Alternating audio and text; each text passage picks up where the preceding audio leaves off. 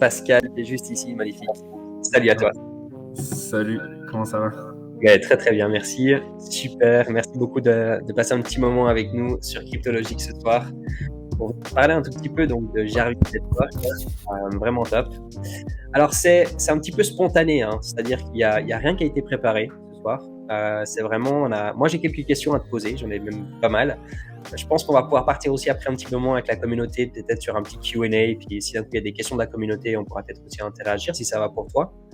Mais peut-être qu'on peut commencer avec une petite présentation, tout simplement. Qui est Pascal et qu'est-ce que tu fais dans le milieu de la crypto-monnaie depuis maintenant déjà quelques années? Déjà, merci Anto. Ouais, c'est assez spontané. En plus, je traverse la moitié de l'Europe. Je viens d'arriver pile pour le live. Non. Ouais, Tu viens d'arriver actuellement? ouais. Ouais, là, Oh, je te dis, ça a le parfait timing. J'ai donné mon nom à l'hôtel, j'ai foncé dans la chambre. est-ce que tu veux prendre un verre d'eau, prendre un Non, café? non, non, c'est bon, c'est bon. C'est tout bon? J'avais T'es de l'eau dans installé? la voiture. Magnifique. Donc, bon, moi, je m'appelle Pascal, j'ai 34 ans. J'ai commencé à être actif sur les marchés financiers quand j'étais encore étudiant.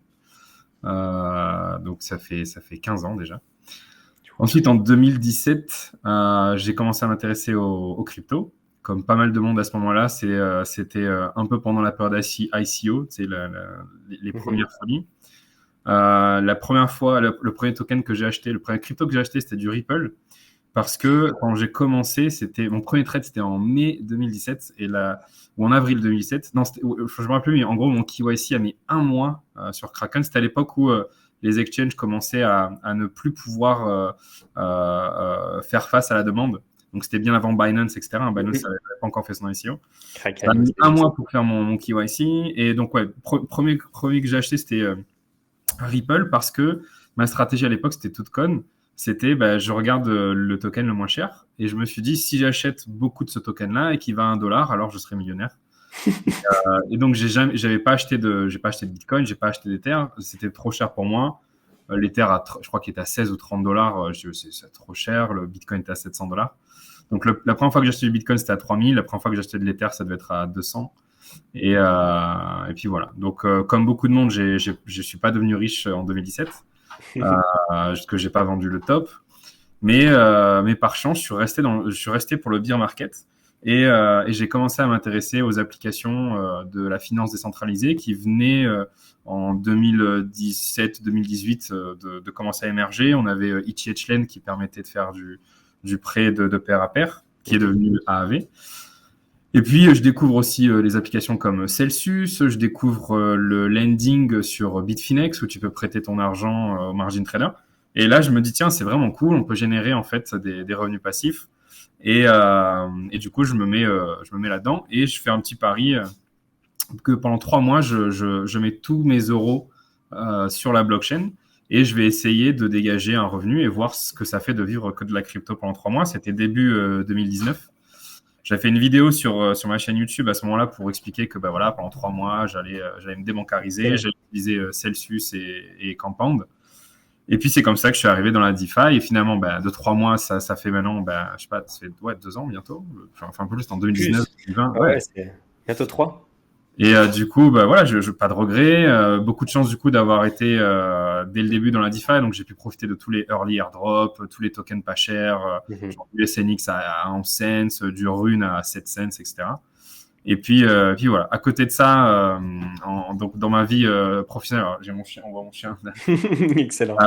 qui s'éclate sur le lit. Donc avant j'avais une boîte, donc j'avais une chaîne YouTube où je parlais trading et analyse technique sur Forex, etc.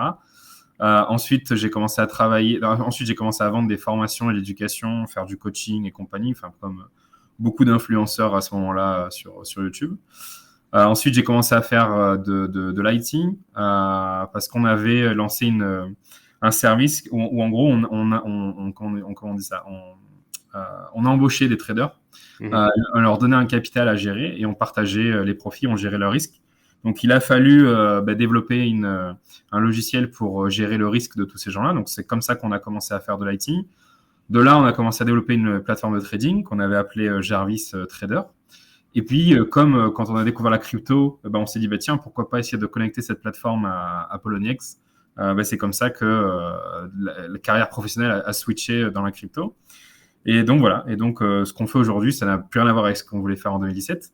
Mais donc le projet s'appelle Jarvis Network et on fait des stablecoins, donc des cryptos qui sont censés être stables par rapport à quelque chose, donc par rapport à l'euro, le franc suisse, etc. Et on a essayé de solutionner le problème des stablecoins. Donc il y en a deux. Le premier, c'est ce qu'on appelle le PEG. Alors c'est un mot un peu un barbare, mais en gros ça veut dire la capacité d'un actif à être arrimé au prix de quelque chose. Donc par exemple, un stablecoin euro, on s'attend à ce qu'il vaille 1 euro. Donc c'est ce qu'on appelle le PEG. Et donc le problème du PEG, comme vous le savez peut-être, c'est que quand quelqu'un va acheter un stablecoin sur un exchange, ça va faire monter le prix du stablecoin. Donc, pendant un moment, il va plus vraiment valoir 1 euro, il va peut-être valoir un peu plus. Et inversement, quand quelqu'un va le vendre, il va valoir un peu moins. Et du coup, c'est-à-dire que s'il n'y a pas beaucoup de liquidité, le prix va beaucoup varier. Donc, si tu viens tout juste de lancer un stablecoin et que tu n'as pas encore réussi à avoir des millions et des millions de liquidités, la moindre personne qui va en acheter pour ne serait-ce que 10 000 euros, il va peut-être faire bouger le prix énormément. Et donc, c'est pas stable, quoi. C'est pas vraiment un stablecoin. On s'est attaqué à ce problème-là, donc du coup, nos stablecoins sont stables. Tu peux en acheter pour quel que soit le montant et ça ne fera pas bouger le prix. Et la deuxième chose, c'est la liquidité, qui est un peu un corollaire du premier problème. C'est-à-dire que, pareil, si tu as un stablecoin euro, donc par exemple, prenons le cas de l'euro Stasis ou même le Look, je peux comment le prononcer, c'est un stablecoin euro qui a été fait par une boîte française. Une fois que tu l'as, ou même, je sais pas, ensuite, vous aviez peut-être le XCHF. Donc, exactement. Voilà. Une fois que tu as ce XCHF ou tu as aussi du CHF de Dukascopy, qu'est-ce que tu en fais, quoi? Tu peux pas vraiment et facilement l'échanger contre du Bitcoin ou contre l'Ether. Tu peux le faire, mais comme il n'y a pas une liquidité incroyable, du coup, tu vas pas avoir un prix génial, quoi. Et du coup, tu vas acheter ton Bitcoin plus cher que si tu l'avais acheté avec des USDC ou des USDT. Pourquoi? Parce que toute la liquidité crypto, comme la finance traditionnelle, elle est surtout autour du dollar. Et du coup, on a voulu aussi résoudre ce problème. Et donc, nos stablecoins sont aussi ultra liquides, aussi liquides que le dollar. Et donc, que tu aies du franc suisse ou de l'euro ou un truc un peu plus exotique comme du franc CFA, ce qui est une devise utilisée en Afrique, ou de la Naira du Nigeria ou du peso philippin, tu as à tout moment la même liquidité que le dollar. Donc, voilà en gros ce qu'on a fait. Et puis voilà. Ok, magnifique. Merci pour cette présentation. Je pense qu'après, on va pouvoir aller un petit peu plus dans les détails du mécanisme derrière aussi, de comment as-tu réussi à faire en sorte que ça reste quand même stable, parce qu'on a pu le voir même l'USDT à l'époque, hein, on a eu une volatilité qui allait des fois même jusqu'à 7-8%, si je me rappelle bien, en 2017-2018. C'était assez intense. C'était pas vraiment agréable parce qu'on ne connaissait pas non plus vraiment encore l'USDT. Aujourd'hui, l'USDT, ça domine plus de 50% du volume de toutes les crypto-monnaies sur le marché. Donc, c'est vrai que tout le monde l'utilise, mais pas seulement parce que c'est stable, mais parce que c'est utile, parce que c'est simple en fait, parce qu'on peut l'utiliser absolument partout. Moi aujourd'hui, il y a plein de stablecoins que je n'utilise tout simplement pas parce que on peut pas l'utiliser. On peut pas l'utiliser sur toutes les plateformes et on a vraiment besoin un tout petit peu d'un bridge quelque part, une personne qui va nous garantir que si demain j'ai un stablecoin qui a une liquidité de 5 millions ou 10 millions seulement, que je puisse quand même l'échanger un jour, au moins en tout cas sans avoir un spread ou quelque chose. Donc vraiment super intéressant. Je pense qu'on peut revenir déjà un tout petit peu du coup en arrière. Déjà, la chose que je voulais dire, très drôle que tu as acheté du Ripple comme première crypto-monnaie bien centralisée. Puis qu'aujourd'hui, si tu sois dans le DeFi, je trouve ça super fun, franchement. Ouais, mon parcours, je me rappelle, donc c'était Ripple. Ensuite, ça a fait 3000%, je crois. Ouais, c'était assez fou. J'avais mis un petit montant, c'était un tout petit montant à l'époque. Ensuite, j'ai acheté du Redcoin avec 2D sur Kraken. Redcoin, bien sûr. Ensuite, j'ai acheté du Whitecoin parce que je me suis dit, attends, Red, je vais faire le White. Après, la ICO qui m'avait rapporté le plus, je me rappelle plus le nom, c'était un système d'exploitation sur la blockchain, je sais plus trop quoi. Enfin bref, c'était des beaux souvenirs quand même. Exact. Sur Kraken, il y a eu des très beaux souvenirs. Je pense que toutes les personnes de 2017, moi je me rappelle très bien aussi de Kraken. Je suis parti de Kraken à cause de la volatilité à la fin du bull run, parce qu'il y avait trop de problématiques et donc ça buguait pendant que je voulais faire mon trading. Et donc en fait, je devenais complètement fou. Et donc c'est à ce moment-là que je suis parti. Après, je suis parti sur Bittrex. C'était très cher. Après, j'ai utilisé Bittrex pendant presque une année. Et puis, ouais, des très beaux souvenirs, je pense, en effet, sur Kraken, tout à fait. Du coup, alors aujourd'hui, Jarvis Network, donc vous êtes vraiment en train de vous focaliser beaucoup sur les stablecoins, mais vous avez vraiment ce bridge entre le CeFi et le DeFi. Est-ce que tu veux nous parler un tout petit peu à part juste les stablecoins, quel est un petit peu le but de Jarvis Network aujourd'hui? Alors, donc, comme je t'ai dit, moi, je suis parti donc complètement dans la DeFi, donc être débancarisé, et je me suis rendu compte effectivement, comme tout était en dollars, c'était un peu relou, quoi. C'est-à-dire que peut-être nous encore, ça va, on a l'habitude, mais si on veut demain avoir un semblant d'adoption, il me semble assez compliqué de dire à quelqu'un, bah tiens, ouais, c'est de la crypto, mais par contre, tout est en dollars, il faut que tu fasses tes calculs en dollars, faut que tu holdes du dollar. Donc, la première des choses qu'on voulait faire, c'était, si on veut que demain la crypto soit adoptée, notre petite pierre à l'édifice, c'est de proposer les mêmes devises que les gens ont l'habitude d'utiliser au quotidien. Donc, on veut vraiment avoir ce rôle de marche, entre guillemets. Enfin, tu sais, on est un peu celui qui va donner la main à ceux qui vont arriver dans la crypto, leur dire, tiens, on va donner des euros ou des francs suisses. Voilà, comme ça, tu n'es pas trop dépaysé. Et puis, maintenant, tu fais ce que tu veux. Soit tu les échanges, soit tu veux générer du rendement dessus, tu peux le faire aussi. Soit tu les gardes, pourquoi pas. Et donc ça, c'était la première idée. Après, il y a eu beaucoup de choses qui se sont pas forcément rajoutées en termes de features, mais en termes de use case. Parce qu'en fait, on s'est rendu compte tout simplement que il y avait plein de choses qu'on pouvait faire avec les stablecoins. Donc par exemple, la toute première chose, quand on a lancé le protocole sur le mainnet en février de cette année, on a fait une press release en Suisse aussi. Et les premiers contacts que l'on a eus, justement, ce sont des gens en Suisse qui nous ont appelés, qui n'étaient pas dans la crypto, et qui nous ont dit, voilà, moi, je paye des intérêts négatifs sur mes francs suisses. Donc, c'est des gens qui ont des entreprises dans l'immobilier notamment. Et ils nous disent, voilà, nous, on a beaucoup de cash, on a beaucoup de francs suisses, on paye beaucoup d'intérêts négatifs. Est-ce qu'on ne pourrait pas échanger nos francs suisses contre, entre guillemets, les vôtres, de manière à ne plus payer d'intérêts négatifs? Donc, on leur a dit que c'était possible. Maintenant, quand on leur a expliqué qu'en fait, c'est de la crypto, que c'était des actifs synthétiques, ils sont partis en courant. Mais ça, c'est pas grave. Ça, c'est un problème d'éducation. Donc, après, notre rôle, ça va être d'éduquer les gens, de faire des séminaires, par exemple, en Suisse, et d'expliquer aux gens les risques, etc., etc. Mais il y avait cette demande-là, et donc on s'est dit, tiens, c'est vrai qu'un use case, c'est de proposer aux entreprises de mettre une partie de leur trésorerie, au lieu de garder des euros et des francs suisses avec un intérêt négatif, de le faire en J-euros ou en J-francs suisses où il n'y a pas d'intérêt négatif. Un autre use case est venu quand on a lancé avec Mon Pèlerin, qui est donc une entreprise suisse, notre service d'achat et de vente. Donc on dit que c'est du on et off ramp. Donc on ramp, c'est la rampe vers la crypto, et off ramp, c'est la rampe depuis la crypto. Et donc ça permet d'acheter des francs suisses synthétiques, donc des francs suisses de Jarvis avec des vrais francs suisses, et de les vendre aussi pour des vrais francs suisses à un ratio de 1 pour 1. Donc si tu as 10 000 francs suisses sur ton compte, tu les envoies à Mon Pèlerin, et dans la journée ou le lendemain, tu reçois 10 000 francs suisses synthétiques sur l'adresse de ton choix, sur Ethereum, Polygon, et très bientôt sur la Binance Smart Chain aussi. Et donc, on a mis ça en place, et donc je me suis dit, putain, super. Après, il y a un gars en Afrique qui nous a appelé, qui nous a dit, hey, moi, je fais beaucoup de transactions avec un partenaire que j'ai en Suisse, justement. Et on fait des transactions francs CFA et francs suisses. Est-ce qu'il n'y a pas moyen d'utiliser Jarvis, parce qu'entre-temps, on avait lancé notre franc CFA, est-ce qu'il n'y a pas moyen d'utiliser Jarvis pour faire des paiements internationaux? Et on lui a dit qu'à ce moment-là, ce n'était pas possible, parce qu'il faudrait qu'il y ait quelqu'un en Afrique qui puisse lui permettre d'acheter des francs CFA synthétiques avec ses vrais francs CFA, mais que lorsqu'on leur a trouvé cette personne-là, oui, tu es en Afrique, tu achètes des francs CFA synthétiques avec des vrais francs CFA, à un ratio de 1 pour 1. Ensuite, nous, notre protocole, j'expliquerai donc après comment ça fonctionne. On peut échanger les francs CFA pour des francs suisses au taux, au vrai taux, quoi, sans que ça fasse bouger le prix. Et ensuite, en Suisse, tu échanges tes francs CFA tes francs CFA synthétiques contre des francs CFA via Mon Pèlerin. Et du coup, tu as fait en fait un paiement international. Donc, en anglais, on parle de rémittance. Donc, on a fait un paiement international sans passer par TransferWise, qui dure finalement que quelques minutes et avec un frais impossible. Et pas plus tard qu'il y a 2 semaines, il y a un transfrontalier, donc un Français qui travaille en Suisse, qui est donc payé en francs suisses, mais qui a son loyer à payer en euros, parce qu'il vit en France. Donc, il a tweeté la différence entre, il a pris 500 francs suisses de son salaire et il a demandé à sa banque de les échanger contre 500 euros. Et ensuite, il a utilisé 500 euros francs suisses qu'il a échangé contre 500 de nos francs suisses à nous via Mon Pèlerin, donc encore une fois, 1 pour 1. Ensuite, il les a échangés contre nos euros à nous. Et enfin, il a fait nos euros contre des vrais euros. Et le bilan, c'est que il a eu un meilleur taux en passant par nous. C'était un petit montant, c'est sur 500 francs, donc il me semble que c'était un truc comme 5 francs de différence.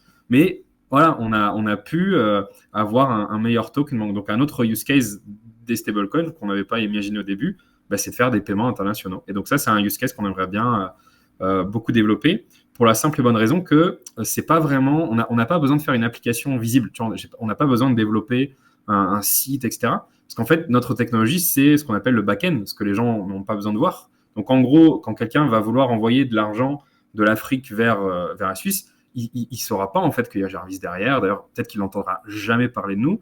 Peut-être même qu'il ne saura pas qu'il y a de la blockchain derrière. Lui, tout ce qu'il voit, c'est que l'entreprise à qui il donne ses francs CFA va permettre à la personne qui va recevoir les fonds en Europe de recevoir des francs suisses.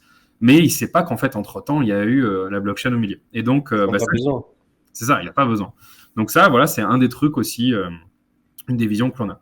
Et puis, bien sûr, la première vision, ça reste quand même l'onboarding des gens. Hein. Donc, c'est-à-dire, si tu as des euros ou des francs suisses ou des pounds anglais, de la livre anglaise, tu les mets littéralement sur la blockchain. Et ensuite, tu peux acheter n'importe quel token, tu peux gagner des intérêts, donc du yield dessus, et quand on a marre, tu fais le chemin inverse. Donc on veut se positionner comme le protocole qui permet aux gens d'échanger leur fiat contre des stablecoins, et ensuite donc les stablecoins contre des devises, et de travailler avec des wallets comme Argent ou le wallet de Mon Pèlerin, etc., et de leur dire, intégrez notre technologie. Nous, encore une fois, on s'en fout d'être visible ou pas visible. Nous, on veut juste être le rouage qui permet tout ça. Et donc, on veut participer à l'adoption des cryptos et de la finance centralisée à notre, avec ça, quoi, en donnant aux gens l'accès à des stablecoins. Ah, c'est magnifique. Il y a Octo ici qui dit dans le chat, c'est un truc de malade et c'est bien pour ça que je suis dans la crypto. Je pense qu'aujourd'hui, en effet, les gens, ils sont... Alors, aujourd'hui, j'ai vraiment cette impression qu'on doit apprendre, on doit connaître pour pouvoir l'utiliser. Parce qu'on n'est pas arrivé dans cette masse d'adoption où on peut utiliser sans savoir comment ça fonctionne. Parce que toutes les personnes qui sont dans la crypto, on est encore un tout petit peu méfiant et puis on a envie de savoir quelque part. Aujourd'hui, ça, c'est pas du tout l'objectif, donc du coup, et donc c'est vraiment que les gens puissent l'utiliser sans savoir comment ça fonctionne derrière. On envoie un email, pas besoin de savoir comment ça fonctionne. Tant que l'email il arrive de l'autre côté, c'est le plus important. C'est vraiment super intéressant. Moi, je trouve ça vraiment est vraiment aussi très important. On a vraiment besoin de ça aujourd'hui dans la crypto-monnaie de plus en plus d'ailleurs. Maintenant, peut-être juste pour clarifier, parce que tu dis, maintenant si moi je viens avec des euros, tu vas les mettre sur la blockchain. Qu'est-ce que tu entends par moi, je viens avec 20 000 francs suisses et 20 000 euros. Quand tu dis je les mets sur la blockchain, qu'est-ce qui se passe réellement du coup avec ces francs suisses et ces euros? Est-ce qu'ils partent sur une banque? Est-ce que tu peux nous dire un petit peu plus là-dessus? Ouais, donc en fait, les francs, alors je vais dire donc JCHF, donc JCHF, c'est le nom de notre stablecoin franc suisse. Donc quand tu achètes du JCHF, en fait, il y a quelqu'un qui l'a déjà créé. Donc je parlerai après du mécanisme de création. Yes. Donc en l'occurrence ici, c'est le vendeur qui est Mon Pèlerin. Alors nous, dans notre langage, on parle d'un marchand. Donc le marchand, c'est Mon Pèlerin. Mon Pèlerin au préalable créé, par exemple, je sais pas moi, 100 000 francs, JCHF, qu'il garde du coup dans ses comptes à eux, dans son adresse, et ils attendent. Et ensuite, il y a quelqu'un qui se pointe et qui dit, voilà, moi je voudrais en acheter 20 000. Donc il va envoyer, cette personne va envoyer 20 000 francs CHF sur le compte en banque de Mon Pèlerin. Mon Pèlerin est en fait un desk OTC, c'est-à-dire un bureau d'échange de gré à gré. Donc c'est pas un exchange avec un carnet d'ordre. Le gré à gré, c'est Mon Pèlerin vous dit, ça c'est mon prix, et toi tu acceptes, donc tu donnes ton gré, et voilà. Donc toi, tu dis, moi, je t'envoie 20 000 francs. Donc, Mon Pèlerin, son prix, c'est 1 pour 1. Donc, il va dire, OK, moi, pour 20 000 francs, je peux t'en vendre 20 000. Et puis, ensuite, tu donnes ton adresse. Donc, tu peux dire, tiens, moi, j'ai une ledger. J'aimerais que mes 20 000 francs, francs suisses, JCHF soient envoyés là-dessus. Et donc, Mon Pèlerin, ensuite, va traiter ta demande. Et puis, dans la journée ou le lendemain, il y a quelqu'un chez eux qui va appuyer sur un bouton et qui va envoyer 20 000 JCHF sur l'adresse que tu as spécifiée. Et c'est tout, tu n'as pas grand-chose à faire de plus. Donc c'est bien, un peu comme quand tu vas acheter des tomates, le supermarché a acheté les tomates avant et te les revend, voilà, c'est pareil.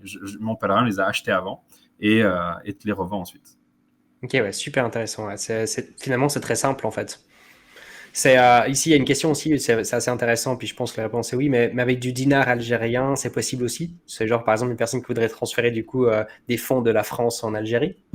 Alors, tout est possible en théorie. Il faut juste il faut créer le dinar, le synthétique dinar. Alors, le problème du synthétique dinar, c'est qu'il faut ce qu'on appelle, on parlera après de la technique, il faut un oracle. En fait, il nous faut un prix. Donc, il faut que quelqu'un nous donne le prix du dinar face au dollar. du dinar face au dollar. Et si je ne m'abuse, même si je connais mal le Maghreb, il me semble que le dinar n'est pas convertible contre du dollar, donc c'est difficile d'avoir un taux de change dinar-dollar.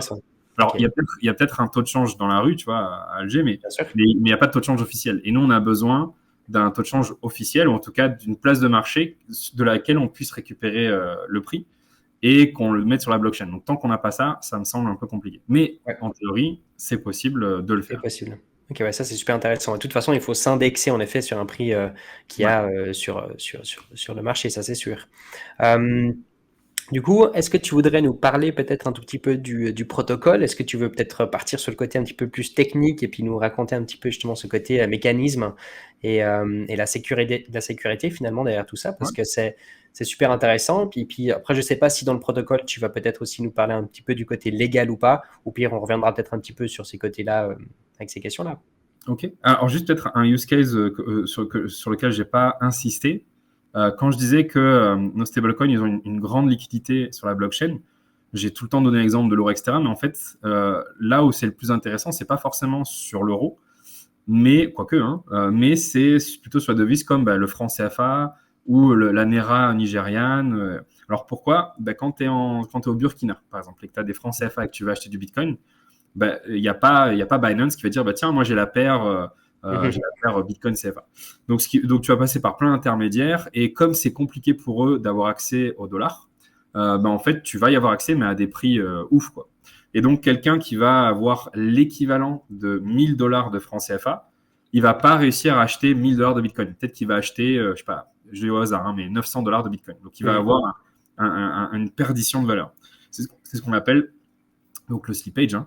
Et donc, nous, avec nos francs CFA, comme tu peux on va expliquer après, mais comme tu peux les échanger contre du Bitcoin comme si c'était du dollar, donc avec la même liquidité, mais finalement, les 1000 dollars de francs CFA, tu vas pouvoir les échanger contre 1000 dollars de francs CFA, donc de Jarvis, et ensuite contre quasiment 1000 dollars de Bitcoin. Et donc, ça permet aussi, quand on utilise notre tech, à tous les pays dans lesquels c'est compliqué d'acheter des actifs crypto à cause de prix complètement abusés, finalement de rééquilibrer tout ça. Quoi. Et n'importe où que tu sois dans le monde, tu peux acheter n'importe quel token accessible sur la finance centralisée. Donc, c'est pas tout. Hein. Par exemple, tu peux pas acheter le token e-gold de Elrond parce qu'on n'est pas sur la blockchain Elrond, pas encore. Mais on n'est que sur Polygon, BSC et Ethereum. Donc, tu pourras pas acheter de l'avalanche, etc. Mais on va y travailler là-dessus. Mais donc, voilà, tu as accès à tous ces tokens-là. Et ça me semble être un use case très important aussi pour démocratiser la DeFi en Afrique, en Amérique latine, en Asie du Sud-Est, etc., etc. Mais peut-être qu'on en reparlera après. Je suis tout à fait d'accord avec toi. Je ne sais pas si vous êtes également sur l'écosystème de Cardano, par exemple, mais je pense qu'il y a pas mal aussi à faire sur ce côté-là. Mais en tout cas, moi, où je suis un petit peu étonné, et puis après, peut-être que c'est simplement parce que je ne connais pas du tout sur ce côté, mais c'est vraiment le côté légal qui m'intrigue, en fait, finalement. Parce que je me dis que je sais qu'il n'y a pas vraiment de frontières, hein, de toute façon, dans la blockchain, mais qu'aujourd'hui, on est quand même un petit peu bloqué sur beaucoup d'aspects différents. Et le fait de pouvoir se dire que on peut quand même travailler avec tous les pays, je ne sais pas si vous êtes embêté avec le côté légal ou pas, mais on va peut-être en reparler peut-être aussi après. Partons peut-être d'abord sur le côté technique. Alors, je ne connais pas le niveau de ton audience, donc je ne sais pas si... donc peut-être que je vais rester simple. On peut essayer de rester simple. On a toutes sortes de personnes. On a des gens qui sont là depuis peut-être même plus que moi aussi, peut-être même plus que toi, et des gens qui sont aussi tout nouveaux. Donc, si on peut rester assez simple, après, c'est bien. Puis si d'un coup, tu as l'obligation de partir un petit peu plus technique, n'hésite pas. Donc, en gros, on va dire qu'il y a 3 catégories de stablecoins, mais on va se focaliser sur 2 catégories.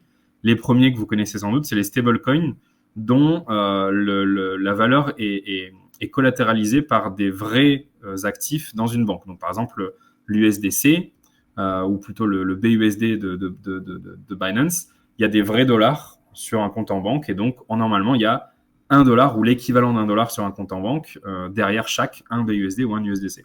Pareil pour l'euro de Stasis. Donc, bien évidemment, pour créer ce type de stablecoin, il faut beaucoup d'argent, c'est beaucoup de travail légaux, etc., etc.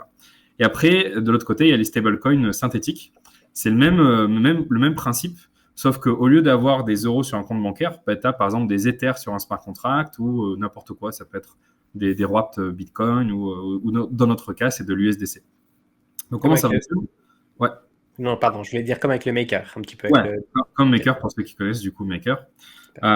Donc, En gros, nous, quand on a $1 de euro, donc 1 J euro, enfin $1 de J euro, derrière, on n'a pas 1 euro dans un compte en banque. Par contre, on a au moins, alors quand je dis au moins, c'est parce qu'il y en a plus, mais il faut qu'il y ait au moins 1,05 $ de collatéral. Et aujourd'hui, si je ne dis pas de conneries sur les chiffres, il y a 1,13 $ de collatéral derrière chaque 1 $ de J euro.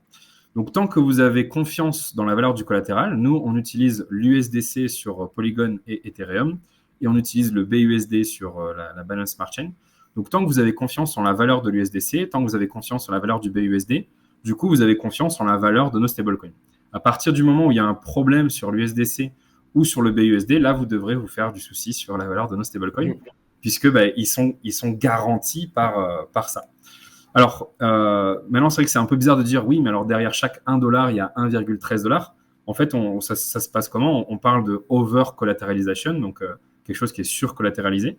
Et nous, donc il y a plusieurs manières de le faire. Donc normalement, un actif synthétique, c'est à vous de le faire tout seul. Donc vous devez déposer, par exemple, 113 $ de collatéral et vous créez 100 $ d'actifs synthétiques.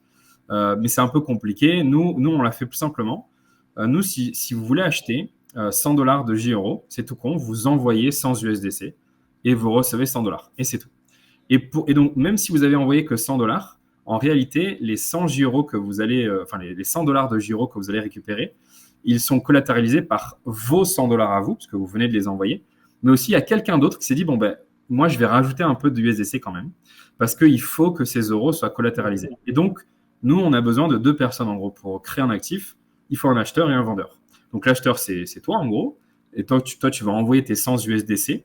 Et qui est-ce qui va recevoir ces 100 USDC? C'est un smart contract, donc une pool de liquidité. La pool de liquidité va donc prendre tes 100 USDC à toi. Ensuite, elle va demander à quelqu'un d'autre, donc à un vendeur, de mettre un peu plus d'argent. Donc, en l'occurrence, il va mettre par exemple 13 USDC. 13, ouais. Et donc, ensuite, ces 113 USDC vont être utilisés pour créer 100 $ de J euros. Et donc, ces 100 $ là vont être garantis par tes 100 USDC à toi et les 13 USDC du vendeur. Et voilà, c'est tout.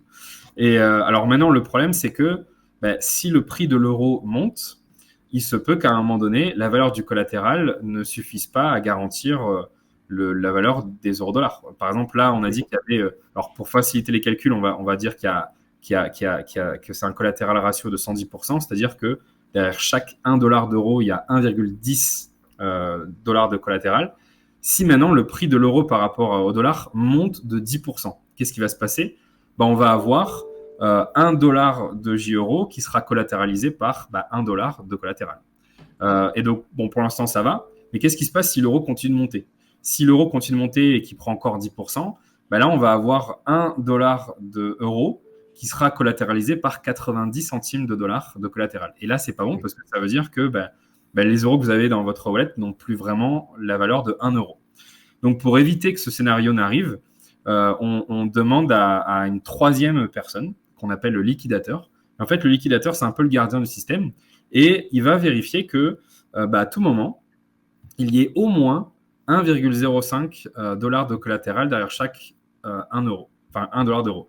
Et si il n'y a pas, si par exemple à un moment donné il y a 1,04, il va pouvoir liquider la personne qui n'a pas fait son boulot, dont je vais parler après. Et voilà. Alors après, pour ceux qui connaissent le mécanisme de liquidation, ça marche comme n'importe quel. Voilà, tu dois racheter la dette de quelqu'un. Mais pour rester simple, en gros, c'est juste quelqu'un qui va saisir le collatéral. Donc, il va saisir les 105 $ de collatéral. Et en fait, pour ce faire, le liquidateur va d'abord devoir récupérer 100 $ de J euros, les détruire. Donc, lui, ça va lui coûter 100 $. Mais par contre, en faisant ça, le protocole va le remercier en lui donnant les 105 $ de collatéral. Donc, son profit, ça sera 5 $. Donc voilà. Et qui est-ce qui doit... Donc, ce liquidateur, il doit vérifier qu'il y ait bien assez de collatéral.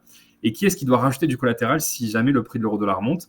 C'est le vendeur. En fait, le vendeur qui a rajouté les 13 USDC, lui, s'il ne veut pas perdre d'argent, donc s'il ne veut pas perdre les 13 USDC qu'il a mis, si le prix de l'euro-dollar est monté et qu'à un moment donné, il n'y a plus trop de collatéral pour sécuriser tout le système, il doit rajouter de l'argent. Il doit rajouter par exemple un USDC ou 2 ou 5 ou 10, peu importe, mais il doit rajouter de l'argent.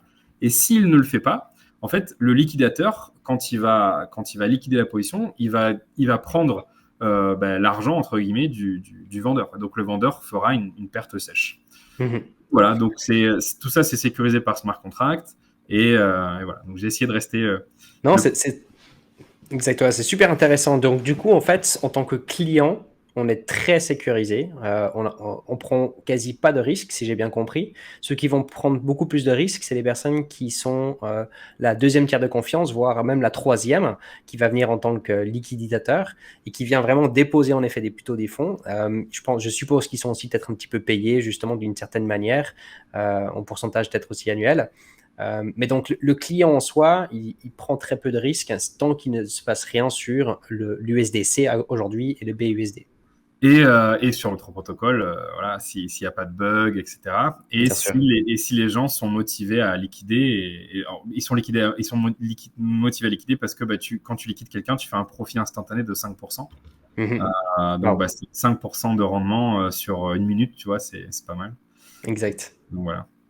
Et ça peut être, est-ce qu'il peut y avoir est-ce qu'aujourd'hui, vous êtes intéressé par des hackers, par exemple, qui viennent vraiment tester le réseau et puis d'une manière ou d'une autre de trouver en effet des failles qui vont faire en sorte que si on vient avec quelques millions et puis qu'on commence en effet à utiliser le réseau à haut niveau et puis qu'on a trouvé un petit bug et puis donc du coup on arrive à aller chercher ces petits profits que ça de gauche à droite juste en profitant du système.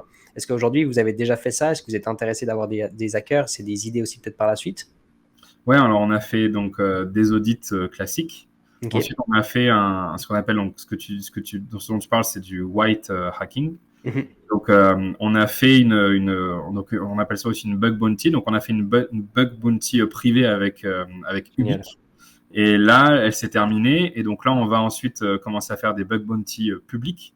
Où là, les gens qui trouvent des bugs, etc., peuvent les soumettre au lieu de les exploiter et recevoir du coup une compensation financière en fonction de la sévérité de la vulnérabilité.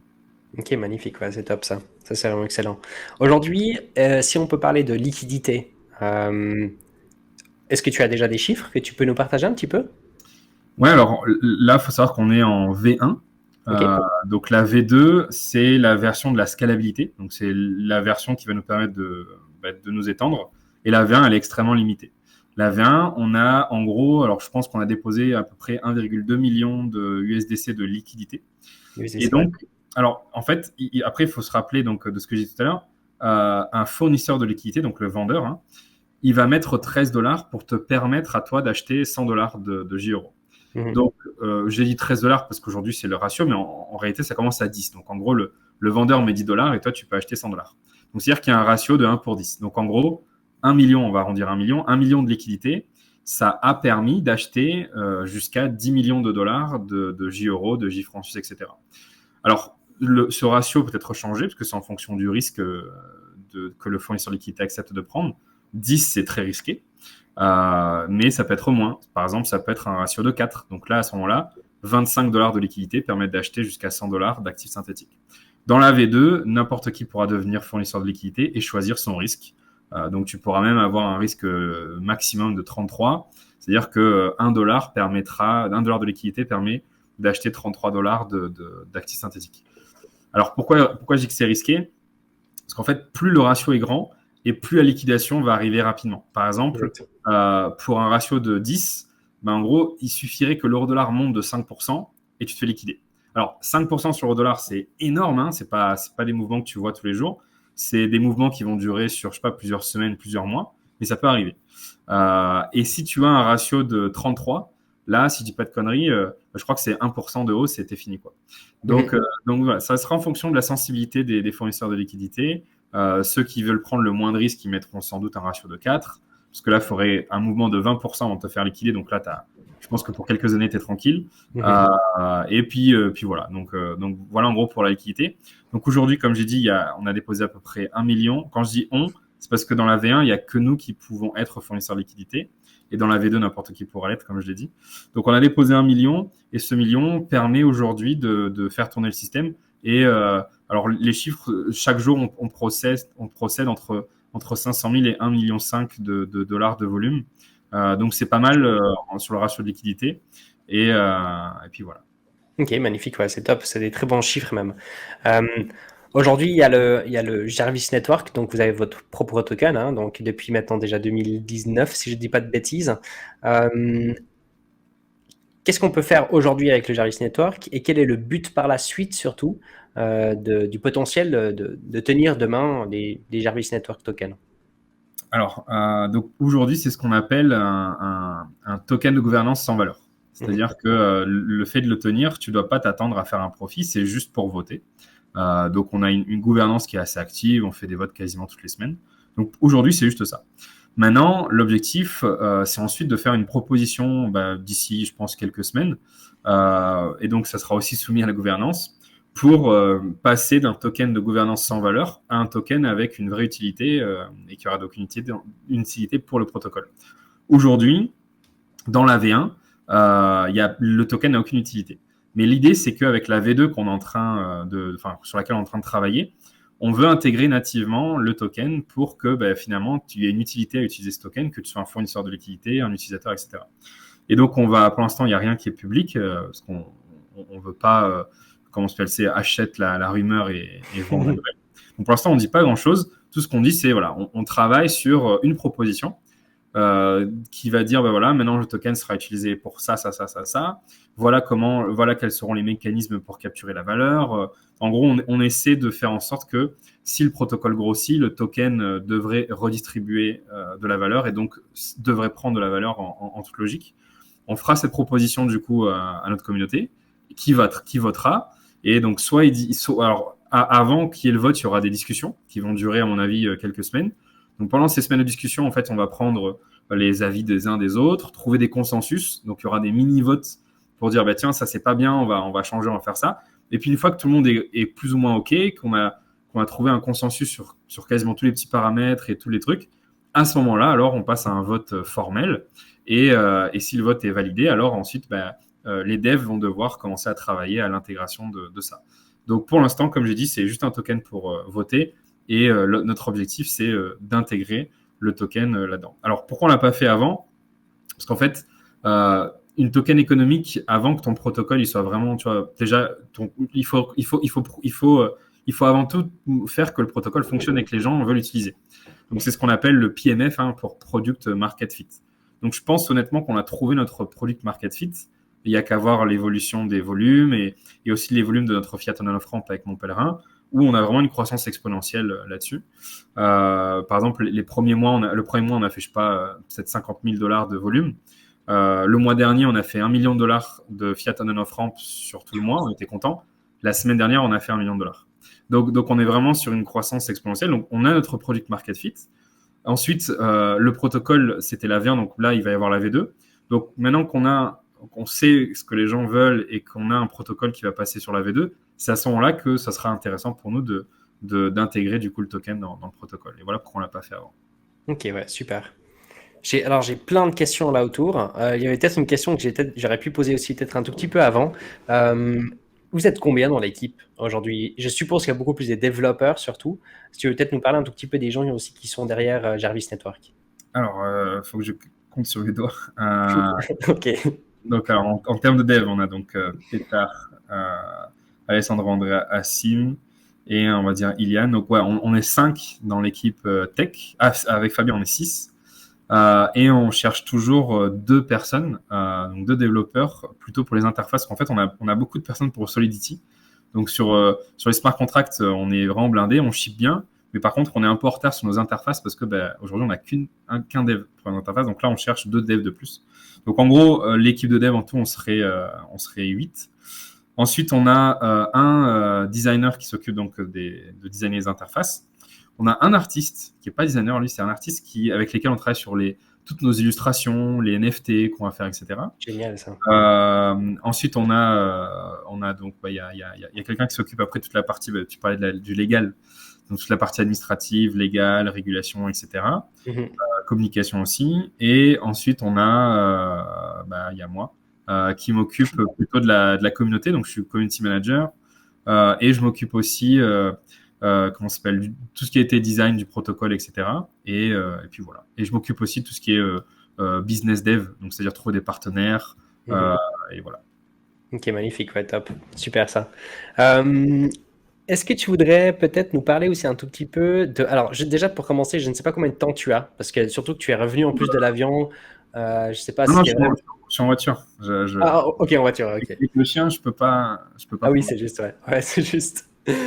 Mais du coup, tu as un petit peu de temps quand même devant toi? Vas-y, vas-y. Super, parfait. Peut-être que je voulais déjà te poser la question en rapport avec aussi la roadmap du coup. Euh, donc, est-ce que vous avez déjà une roadmap sur laquelle vous avez déjà un petit peu eu des objectifs pour cette année 2021 qui ont été déjà un tout petit peu atteints? Peut-être parler un tout petit peu des derniers Q3 et Q4 par exemple. Et puis, quels sont un petit peu les objectifs pour 2022 du coup, même qu'on en a déjà cité quand même quelques-uns. Alors, on n'a pas de roadmap à proprement parler. Ok. On a une ligne, enfin, on a des objectifs, on va dire, mais on se donne pas vraiment de. Parce que déjà, ça change tout le temps. Enfin, Ouais. et c'est compliqué d'avoir de roadmap. Et puis il y a une gouvernance aussi, hein. Donc automatiquement, des fois, Ouais. avec des choix et des propositions de certaines personnes, je suppose que ça peut aussi avoir un impact. Ça ou des trucs qui arrivent, genre, bah, c'est un truc bête, mais par exemple, on s'attendait pas à ce qu'il y ait autant de layer 1 qui se lancent et qui vont proposer des programmes d'incentive. Juste. Et du coup, nous, on s'est dit, bah, nous, on va rester sur Polygon, mais finalement, on a un intérêt aussi à aller ailleurs. Là, je voyais qu'il y a des questions sur Polkadot, donc oui, on va aller sur Moonbeam, Polkadot, etc., Kusama. On va aller sur Avalanche, Phantom.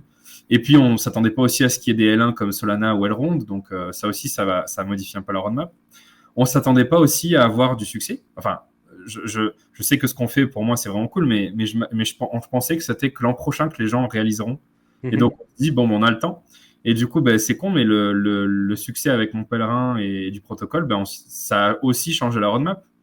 Par exemple, on voulait pas faire de liquidity mining avant longtemps. Il a fallu changer la roadmap. Enfin bref, donc c'est très compliqué d'avoir une roadmap. Maintenant, en termes de vision, je peux te dire les objectifs qu'on a pour l'an prochain. Donc, notre objectif, c'est d'être sur deux fronts. L'intégration dans des wallets et des protocoles et l'interface utilisateur de notre côté. Donc l'intégration, ça veut dire quoi? En gros, je disais tout à l'heure, c'est discuter avec des wallets comme Argent ou comme, je sais pas moi, Zengo ou peu importe, hein, je dis des noms comme ça veut pas dire qu'on Mhm. est avec eux, hein, c'est les noms qui me viennent comme ça. Et en fait, de leur présenter ce qu'on fait et de leur dire, bah, voilà, c'est plus intéressant pour vous si vous nous intégrez, votre user base elle sera contente, etc. Ensuite, il y a la partie BizDev sur les fiat on and off ramp. Donc, c'est-à-dire trouver des partenaires en Afrique, en Asie du Sud-Est, en Amérique latine, pour faire ce qu'on fait avec mon pèlerin donc en Europe. Et donc ça, voilà, c'est toute la partie infrastructure. Comme ça nous permettra de commencer à faire des paiements internationaux, des trucs comme ça. Après, il y a les intégrations AMI, c'est-à-dire faire en sorte que nos stablecoins soient utilisés dans la DeFi. Donc, par exemple, dans des protocoles comme, je sais pas, AAV ou Market, qui sont des monnaies market, donc pour emprunter de l'argent, sur Pool Together pour faire des loteries, enfin, tu vois, tous ces petits trucs-là, quoi. En gros, faire en sorte que le token, enfin, que nos tokens, outre que tu puisses les échanger contre du Bitcoin ou autre, que tu puisses aussi les utiliser dans la DeFi, et ça serait vraiment cool. Et après, il y a la partie interface utilisateur. Donc, nous, ce qu'on aimerait bien faire, c'est aussi travailler avec mon pèlerin sur la partie wallet et d'avoir notre propre petit wallet assez cool, tu vois, qui serait vraiment dédié aux actifs synthétiques. Et du coup, ça serait un peu un Revolut, mais sur la blockchain, quoi. Donc, voilà, en gros, la roadmap sera modélisée en fonction de ces deux objectifs-là. Bien sûr. Et je pense que la meilleure manière de pouvoir vraiment suivre un petit peu les objectifs, c'est vraiment donc de suivre un petit peu vraiment interne, hein. Donc, aller suivre, je pense que sur Telegram, par exemple, je ne sais pas exactement quelle sorte de réseau vous avez aujourd'hui sur lesquels on Ouais. peut vraiment suivre le projet. Alors, le mieux pour suivre, c'est Twitter. Twitter, Donc, en gros, on utilise Twitter pour parler des évolutions et des news. Et on utilise Discord plus que Telegram pour discuter avec la communauté. Mais the place to be, c'est Twitter. c'est Twitter. Ok, super, parfait. De toute façon, je partagerai également tous les liens à la fin du live aussi. Enfin, je peux déjà partager du coup le Twitter parce que je l'ai déjà ici. Je vous le partage très rapidement aussi après sur le chat. J'ai une question aussi qui est liée un tout petit peu à l'argent finalement qui est back. Donc aujourd'hui, c'est des stablecoins. Mhm. Donc on a l'USDC, on a le BUSD. Donc finalement, eux qui sont backés également par le dollar aujourd'hui. Moi, je suis un grand fan et puis je m'intéresse énormément typiquement à l'inflation. Euh, je pense qu'on va avoir en effet des problématiques dans les prochaines années, en tout cas à suivre. Peut-être pas du tout, hein. Peut-être que tout va bien se passer encore pendant les prochains 5 ans, peut-être même mieux qu'on le pense. Peut-être ça va être un petit peu caché, on verra bien. Est-ce que ça peut avoir un impact sur le protocole, dans le sens que si demain, alors on sait par exemple l'euro a perdu beaucoup de valeur contre le dollar, par exemple, dans les derniers 10 ans, si on le prend. On a perdu quoi, 50% presque? Non, non, pardon, moins. 30% peut-être, quelque chose comme ça, ce qui est quand même assez énorme. Euh, Si demain, en effet, on part sur une inflation qui est vraiment extrêmement haute, non seulement sur le dollar, mais sur d'autres monnaies, est-ce que ça pourrait avoir un impact sur le protocole, sur les liquidations des gens qui ont déposé de l'argent? En fait, nous, tant que le dollar est fort, ça renforce notre protocole parce qu'on est vendeur. En fait, on est vendeur d'euros, de francs, etc. On est acheteur de dollars. Ok. Donc, en gros, nous, on est content quand quand je dis nous, c'est le protocole, quand le dollar monte et quand le reste descend. On est moins content quand c'est l'inverse qui se passe. Après, l'objectif des fournisseurs de liquidités, c'est normalement d'être ce qu'on appelle neutre au marché. Donc, un fournisseur de liquidité, même s'il prend un risque sur Jarvis en étant vendeur d'euros et acheteur de dollars, il est censé se protéger avec une position acheteuse d'euros et vendeur de dollars sur un broker classique ou sur sa banque ou un autre protocole aussi du Forex. C'est d'ailleurs pour ça, puisque ça me permet de faire un écho à la roadmap, qu'un des trucs qu'il faudra qu'on lance l'an prochain, c'est des produits dérivés Forex, donc des futurs Forex, des options Forex pour permettre aux fournisseurs de liquidités de se hedger.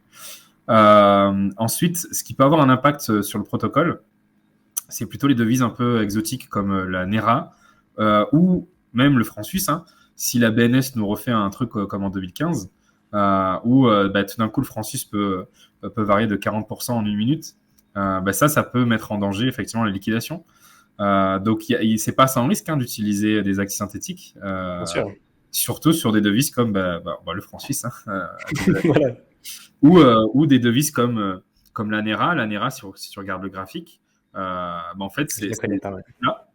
Et puis après, pendant une journée, ça chute de 20%, puis après, c'est tout plat, ça chute de 20%. Donc pour la Naira, par exemple, on a un ratio de collatéralisation plus élevé. Après, il y a d'autres devises, par exemple la lire turque, qui elle fait que dégringoler depuis le début depuis longtemps. Et en fait, le problème de la lire turque et pourquoi on l'a pas lancé, c'est parce que en fait, on se demande mais qui va vouloir garder de la lire turque? C'est-à-dire que si tu achètes de la lire turque mais que ça fait que perdre de l'argent face au dollar, tu t'en fous en fait. Et donc pour l'instant, on n'a pas trouvé de use case à lancer de la lire turque parce que c'est trop de risques pour ceux qui vont garder la lire turque pour faire de la liquidité sur la lire turque on-chain. Donc ouais, une trop forte inflation sur certaines devises et une dévaluation de certaines devises, ça peut finalement rendre l'utilisation de certains stablecoins un peu compliquée.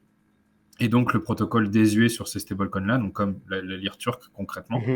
Et puis voilà. Après, il y a un autre problème, c'est la prédominance du dollar.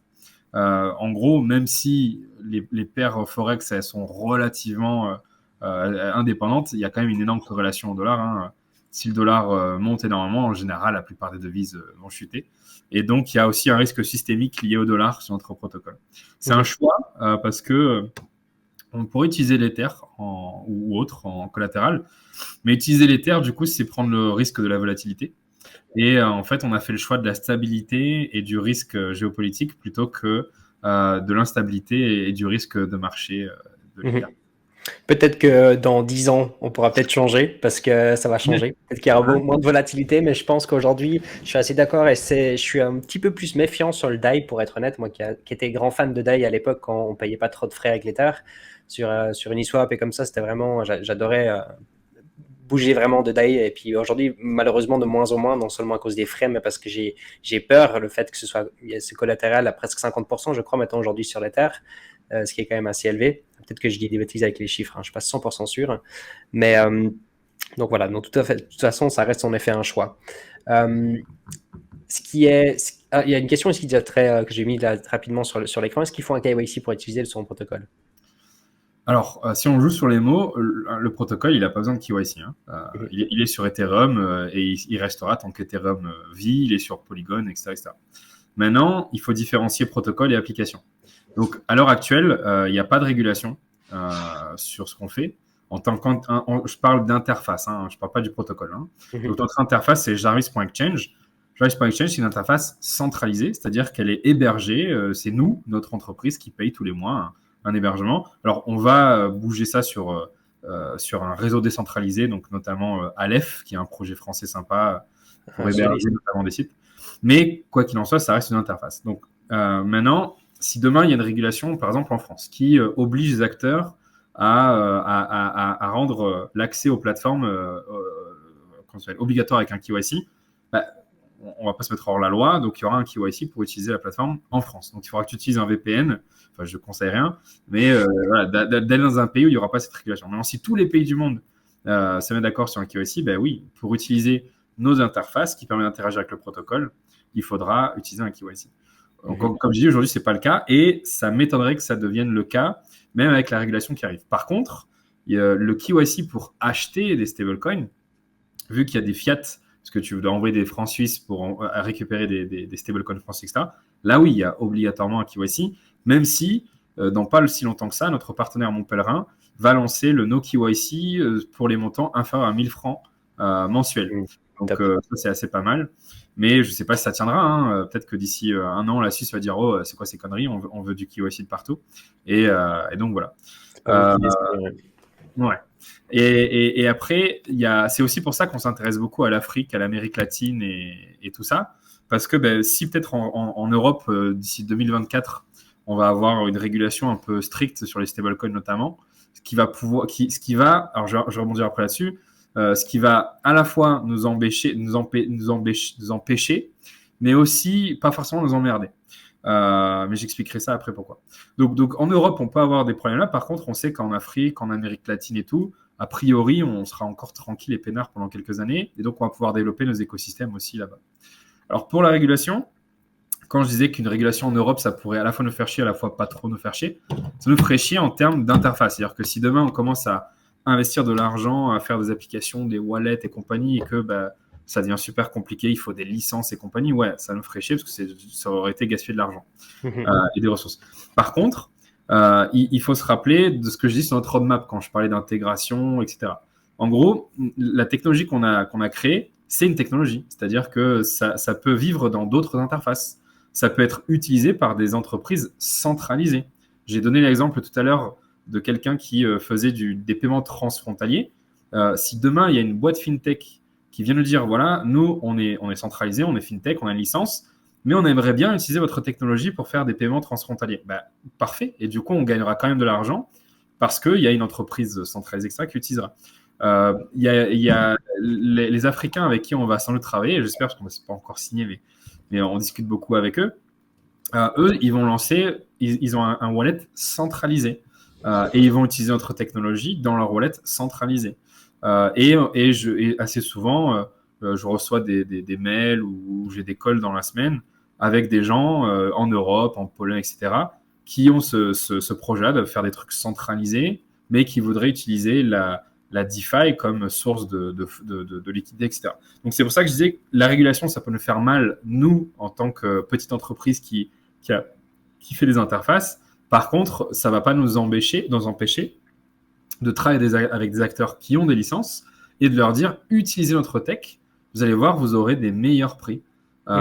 Hier ou avant-hier, je fais souvent pour montrer l'évolution de notre travail, je fais souvent des comparatifs. Donc, je compare Jarvis avec Binance, avec Kraken ou avec Swissborg, que vous connaissez peut-être. Et en fait, je fais ça, je sais pas, tous les mois à peu près, pour montrer à quel point on fait des progrès, quoi. Et donc, au début, on était derrière tout le monde.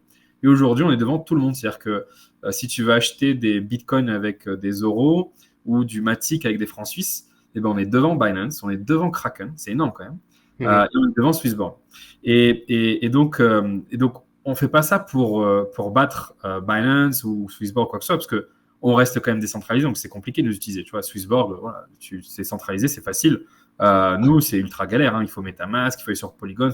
Mais ce que je veux dire, c'est que c'est pour montrer qu'aujourd'hui, on a atteint un niveau de sophistication qui nous permet d'avoir des meilleurs prix d'exécution que ces énormes boîtes-là. Et du coup, l'objectif, ce serait peut-être que ces boîtes-là nous utilisent en back-end pour pour passer des trades à des meilleurs prix. Donc, Il y a eu un petit bug, je m'excuse. Ça a bugué genre 10 secondes, je sais pas pourquoi, et puis on est revenu sur l'écran. Si tu peux revenir, je le ouais, répète. juste revenir 10 secondes en arrière, excuse-moi. Donc, je disais juste, je ne fais pas ces comparatifs pour Ouais. taper sur Binance, Swissborg ou Kraken, et je ne fais pas ces comparatifs pour dire, regardez, c'est meilleur chez nous. Non, c'est plutôt pour dire, voilà quel degré de sophistication la DeFi est en train d'atteindre. Parce que c'est pas que nous, hein, c'est un mélange entre Paraswap, qui est un agrégateur d'exchange décentralisé, et nous, et Mon Pèlerin. Donc c'est la combinaison de 3 différents projets, et ensemble, ça permet effectivement d'avoir aujourd'hui des meilleurs prix que Kraken, Binance, Swissborg, pour des montants inférieurs à 100 000 à peu près. Donc c'est pas non plus pour des énormes montants, mais ça suffit, quoi. Et donc, en fait, on fait ça pourquoi? Parce que, effectivement, si demain, il y a une énorme régulation, les Swissborg et compagnie, eux, ils ont les moyens de se payer des licences, etc. Nous, non. Donc, en fait, nous, ce qu'on va faire, c'est on va aller les voir et dire, regardez, utilisez notre technologie. Vos utilisateurs vous remercieront parce que vous aurez vraiment des meilleurs prix. Donc, en fait, c'est plutôt travailler avec des entreprises centralisées qui auront des licences pour utiliser notre tech. Ça nous permettra de continuer à vivre malgré une régulation extrêmement stricte en Europe en tout cas. Donc voilà pour la petite parenthèse. Mais ça, c'est super intéressant. Ça. Si je peux poser la question comparée à Swissborg, typiquement. Parce que tu parlais de Swissborg. Moi, par exemple, je ne suis pas un fan de Swissborg. Je suis un grand fan de l'application. J'ai toujours dit j'aime bien l'application parce que je trouve qu'elle a pu apporter cette simplicité pour beaucoup de personnes qui ne connaissent pas la crypto-monnaie à acheter leur première crypto. Après, je suis pas un grand fan de leur token. Mais là, si on compare un tout petit peu des prix, est-ce que tu en as en tête ou pas du tout? Alors, en fait, c'est pas que j'ai en tête, c'est à toi de faire le comparatif. Donc, tu prends ton app Swissborg et tu regardes combien de Matic ou de Bitcoin ou d'Ether tu peux avoir pour 5 000 euros ou 5 000 francs. Et en même temps, tu regardes sur Paraswap, sur Polygon, combien de Matic, de Bitcoin ou d'Ether tu pourras avoir pour 5 000 J euros ou 5 000 JCHF. Okay, et voilà. Et moi, à chaque fois que j'ai fait le test, et j'ai fait les transactions hier, j'ai d'ailleurs posté hier 2 tweets pour faire un trade GBP USD et un trade GBP Matic, je crois. Et dans les 2 fois, on était devant. Après, c'est pas tout le temps le cas. Peut-être que des fois, ils seront un peu devant. Enfin, tu vois, ça dépend des... Mais c'est vrai qu'en général, à chaque fois que je teste, c'est pareil sur Binance et Kraken. Et voilà. Donc après, mais encore une fois, l'objectif, c'est effectivement Swissborg. Eux, leur boulot, c'est de faire quoi? Ils ont créé un agrégateur d'exchange centralisé. Et ils ont une super fiat on and off ramp. Et ils ont aussi, et c'est tout, je crois. Et puis peut-être qu'ils se connectent au Forex. Franchement, il faut que je regarde comment ça marche. Mais je crois que pour le Forex, ça passe par Kraken. Donc, en gros, ce qu'ils font, c'est ils utilisent des technologies centralisées. Et nous, on a recréé ces mêmes technologies-là, mais en mode non-custodial et décentralisé. Donc, en fait, on a créé la technologie qui permet à un Swissborg décentralisé d'exister. Et donc, moi, mon objectif, c'est pas de taper sur Swissborg. Au contraire, c'est d'aller voir Swissborg. Et ça tombe bien, je connais Anthony, on a travaillé ensemble dans le passé. Et je peux lui dire, tiens, Anto, regarde ce qu'on a fait. Au lieu de sourcer ta liquidité uniquement sur les exchanges centralisés, si tu mariais un agrégateur centralisé et un agrégateur décentralisé et que tu baissais tes fees, tu pourrais vraiment capturer le marché. Et donc, ça, c'est ça notre objectif, c'est de créer de la tech pour permettre à des applications de délivrer un meilleur service à l'utilisateur. Ok, ouais, je vois. Tu parlais de Cyrus ou tu parlais de... Non, Anthony. Anthony, ok, ouais, ok. Ok, ça joue. Ok, ouais, super intéressant. Alors ça, je ne savais pas du tout, par exemple. Je trouve ça magnifique et puis je me réjouis justement de voir aussi un petit peu l'évolution par la suite et de pouvoir toujours comparer. Finalement, c'est ça qui est intéressant, c'est de voir en effet si le protocole va tenir. Peu importe aussi des fois la volatilité, ça peut avoir un impact, le volume, toutes ces choses. Ça va être vraiment super intéressant aussi de bien suivre tout ça d'assez proche, je pense. Alors peut-être il faut expliquer, parce que c'est vrai que j'ai pas expliqué comment on fait pour avoir cette liquidité-là. Donc en fait, je me suis arrêté tout à l'heure sur le protocole qui permet de convertir pour de l'USDC les fiat. En fait, c'est comme ça qu'on atteint notre grosse liquidité. C'est-à-dire qu'au lieu d'échanger des JEUR contre des bitcoins, en fait, ce qui va se passer, c'est que d'abord, les JEUR vont être convertis pour de l'USDC au prix de l'oracle. Donc, il n'y a pas de price impact, il n'y a pas de slippage. C'est-à-dire que quand toi, tu vas, si tu as des JEUR, en gros, tu vas renvoyer tes JEUR sur la pool de liquidité. La pool de liquidité va les brûler, va t'envoyer les USDC équivalents, qui étaient donc le collatéral, Et ces USDC-là, en fait, tu vas les prendre, on va le faire à ta place, et on va les échanger sur un AMM comme QuickSwap, par exemple. Mhm. Et donc, en fait, puisque tu peux échanger $100 de JEURO pour $100 d'USDC, en fait, tu as la même liquidité que l'USDC. Et donc, c'est comme ça que pour échanger des JEURO pour des bitcoins, en fait, on va faire 2 transactions. D'abord, on fait une conversion Forex sans déperdition de valeur. Et ensuite, on fait un swap sur un AMM. Et depuis, il y a 3 jours, Paraswap a intégré notre technologie. C'est-à-dire que Paraswap est capable aujourd'hui de minter ou de burner des stablecoins Jarvis directement sur l'interface. Et donc, quand tu veux vendre des JEURO pour acheter du Matic sur Paraswap, ce qui va se passer en réalité, c'est que l'algorithme de Paraswap va d'abord calculer quelle est la meilleure route. Il va dire, il vaut mieux brûler les JEURO pour réaliser les USDC. Et ensuite, il faut envoyer 50% d'USDC sur QuickSwap, 30% sur SushiSwap et 10% sur Balancer. Et ça permettra d'avoir le meilleur prix pour le Matic. Et c'est comme ça que tu peux échanger nos stablecoins contre n'importe quel token. Ça ne vient pas de nous, la liquidité. En fait, on se connecte à la liquidité de l'USDC. Et c'est pour ça que sur la Binance Smart Chain, on a choisi le BUSD. C'était pas pour faire de la lèche à Binance, quoique c'est toujours utile. Non, ça peut être utile. C'est parce que le BUSD est beaucoup plus liquide, parce qu'il est mieux intégré que l'USDC. Sur XDAI, on utilise XDAI, mais sur d'autres blockchains, vraisemblablement, on utilisera aussi l'USDC. Donc, on va utiliser le stablecoin qui est le plus liquide à chaque fois.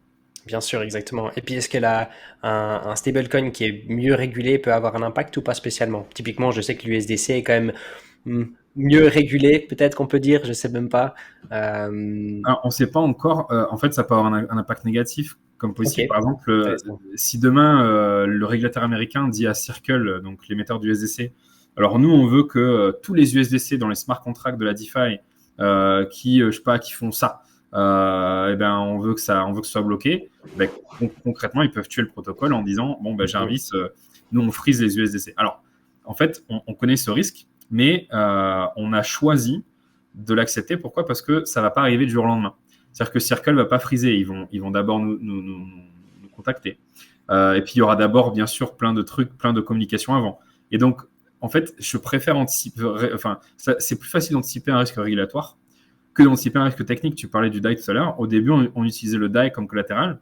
Et puis, quand le DAI a eu quelques problèmes en mars 2020, on s'est dit, putain, mais pourquoi prendre un risque technique alors que le risque régulatoire et c'est chiant parce que c'est centralisé, mais au moins, tu vois, on peut l'anticiper. Alors qu'un risque technique sur le DAI, ça te tombe sur la tête, quoi. Donc voilà. Ok, très très bon choix, je trouve.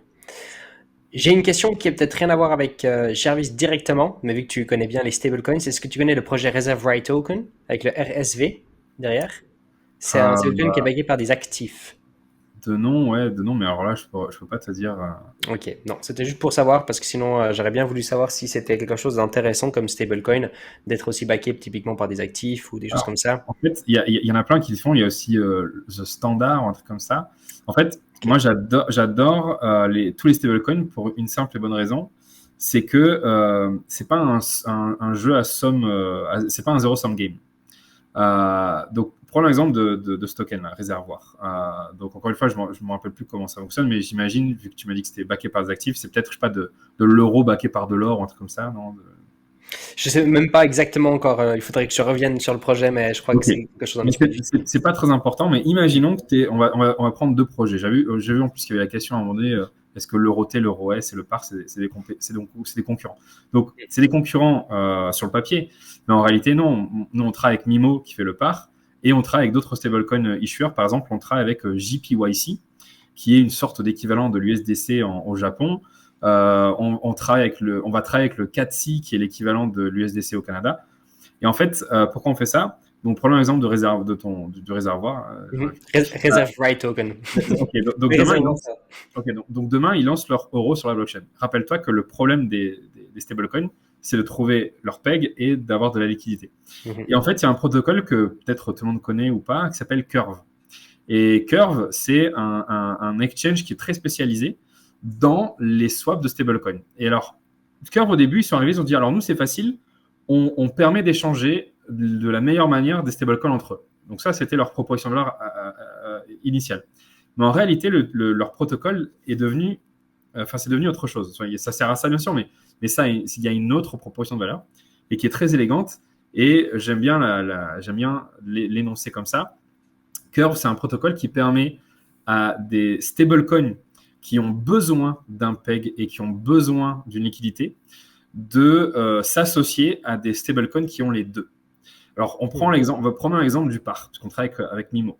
Donc, Mimo, c'est un super projet. Ils font un euro, donc un peu comme le DAI, un peu comme Maker. Donc, c'est un euro que tu peux, entre guillemets, emprunter. C'est-à-dire que c'est toi qui vas déposer des bitcoins, des Matic ou des USDC en collatéral et tu vas créer toi-même tes parts. Le problème, c'est que le PAR, quand tu vas le créer, effectivement, il vaut 1 euro. Mais si tu veux ensuite que ce PAR ait une utilité, si tu veux en gros le vendre pour acheter du Bitcoin, alors je vois qu'il y a un autre bug. Donc, je vais attendre que Anto revienne.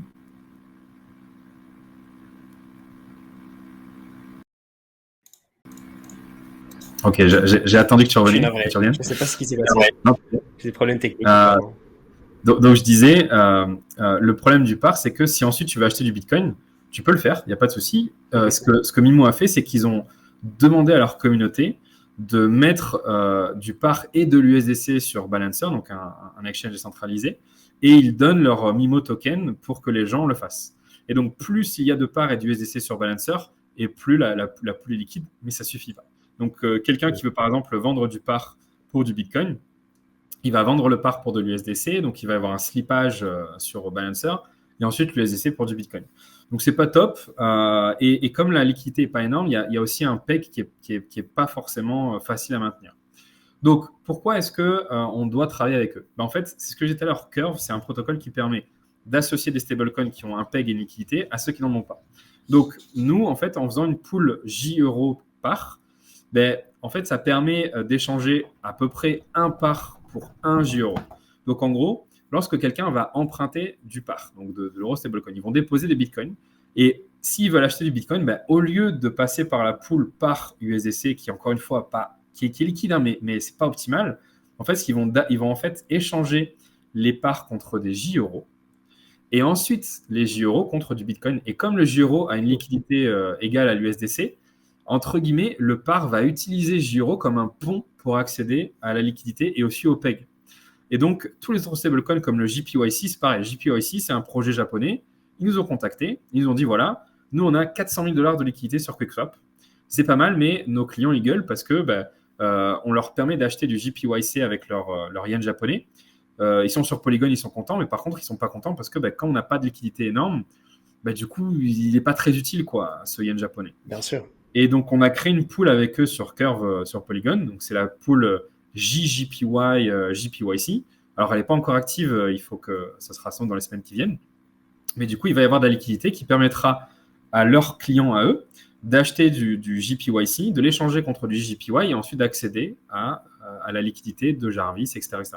Et donc, c'est ces combos de stablecoin sur Curve et sur lesquels on est personnellement très bullish. Enfin, je ne suis pas sûr bullish parce que deux choses. Déjà, ça permet aussi de générer du yield, c'est-à-dire que c'est ça qui nous permet aussi de générer du rendement sur des euros, des yens japonais, des trucs comme ça.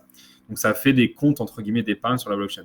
Mais surtout, en fait, ça rend service. C'est-à-dire que là, du coup, tu peux utiliser Jarvis non pas comme un super projet stablecoin ou peu importe. Non, tu peux utiliser Jarvis comme un outil pour te stabiliser. Et du coup, ça donne à notre protocole encore plus de valeur parce que quand demain, il y a un protocole qui va lancer son stablecoin ou un projet qui va lancer son stablecoin, il va dire moi, j'ai envie de bosser avec Jarvis parce que grâce à eux, je vais pouvoir accéder à… Et donc, nous, on est content parce que ça fait plus de volume, plus de fees, etc. Et on appelle ça le PLAAS pour Peg and Liquidity as a Service. Et donc, comme je dis, on a le JPYC, le CATC. On a discuté avec Bilira qui fait donc la lire turque. Mais comme j'ai dit, c'est trop risqué pour moi, à mon avis, la lire turque en ce moment. Là, sur la BSC, le premier token qu'on a lancé, on l'a lancé aujourd'hui, c'est la NERA, le NGN. Donc, il y a déjà un NGN, il y a déjà de la NERA sur la BSC. Donc, on va faire une pool avec eux pour les aider à stabiliser leur token et accéder à la liquidité. Le Real brésilien, pareil, il y a déjà du Real brésilien sur la BSC, donc on va aussi faire une pool avec le Real brésilien. Ouais. Donc, et le PHP aussi, qui est le peso philippin.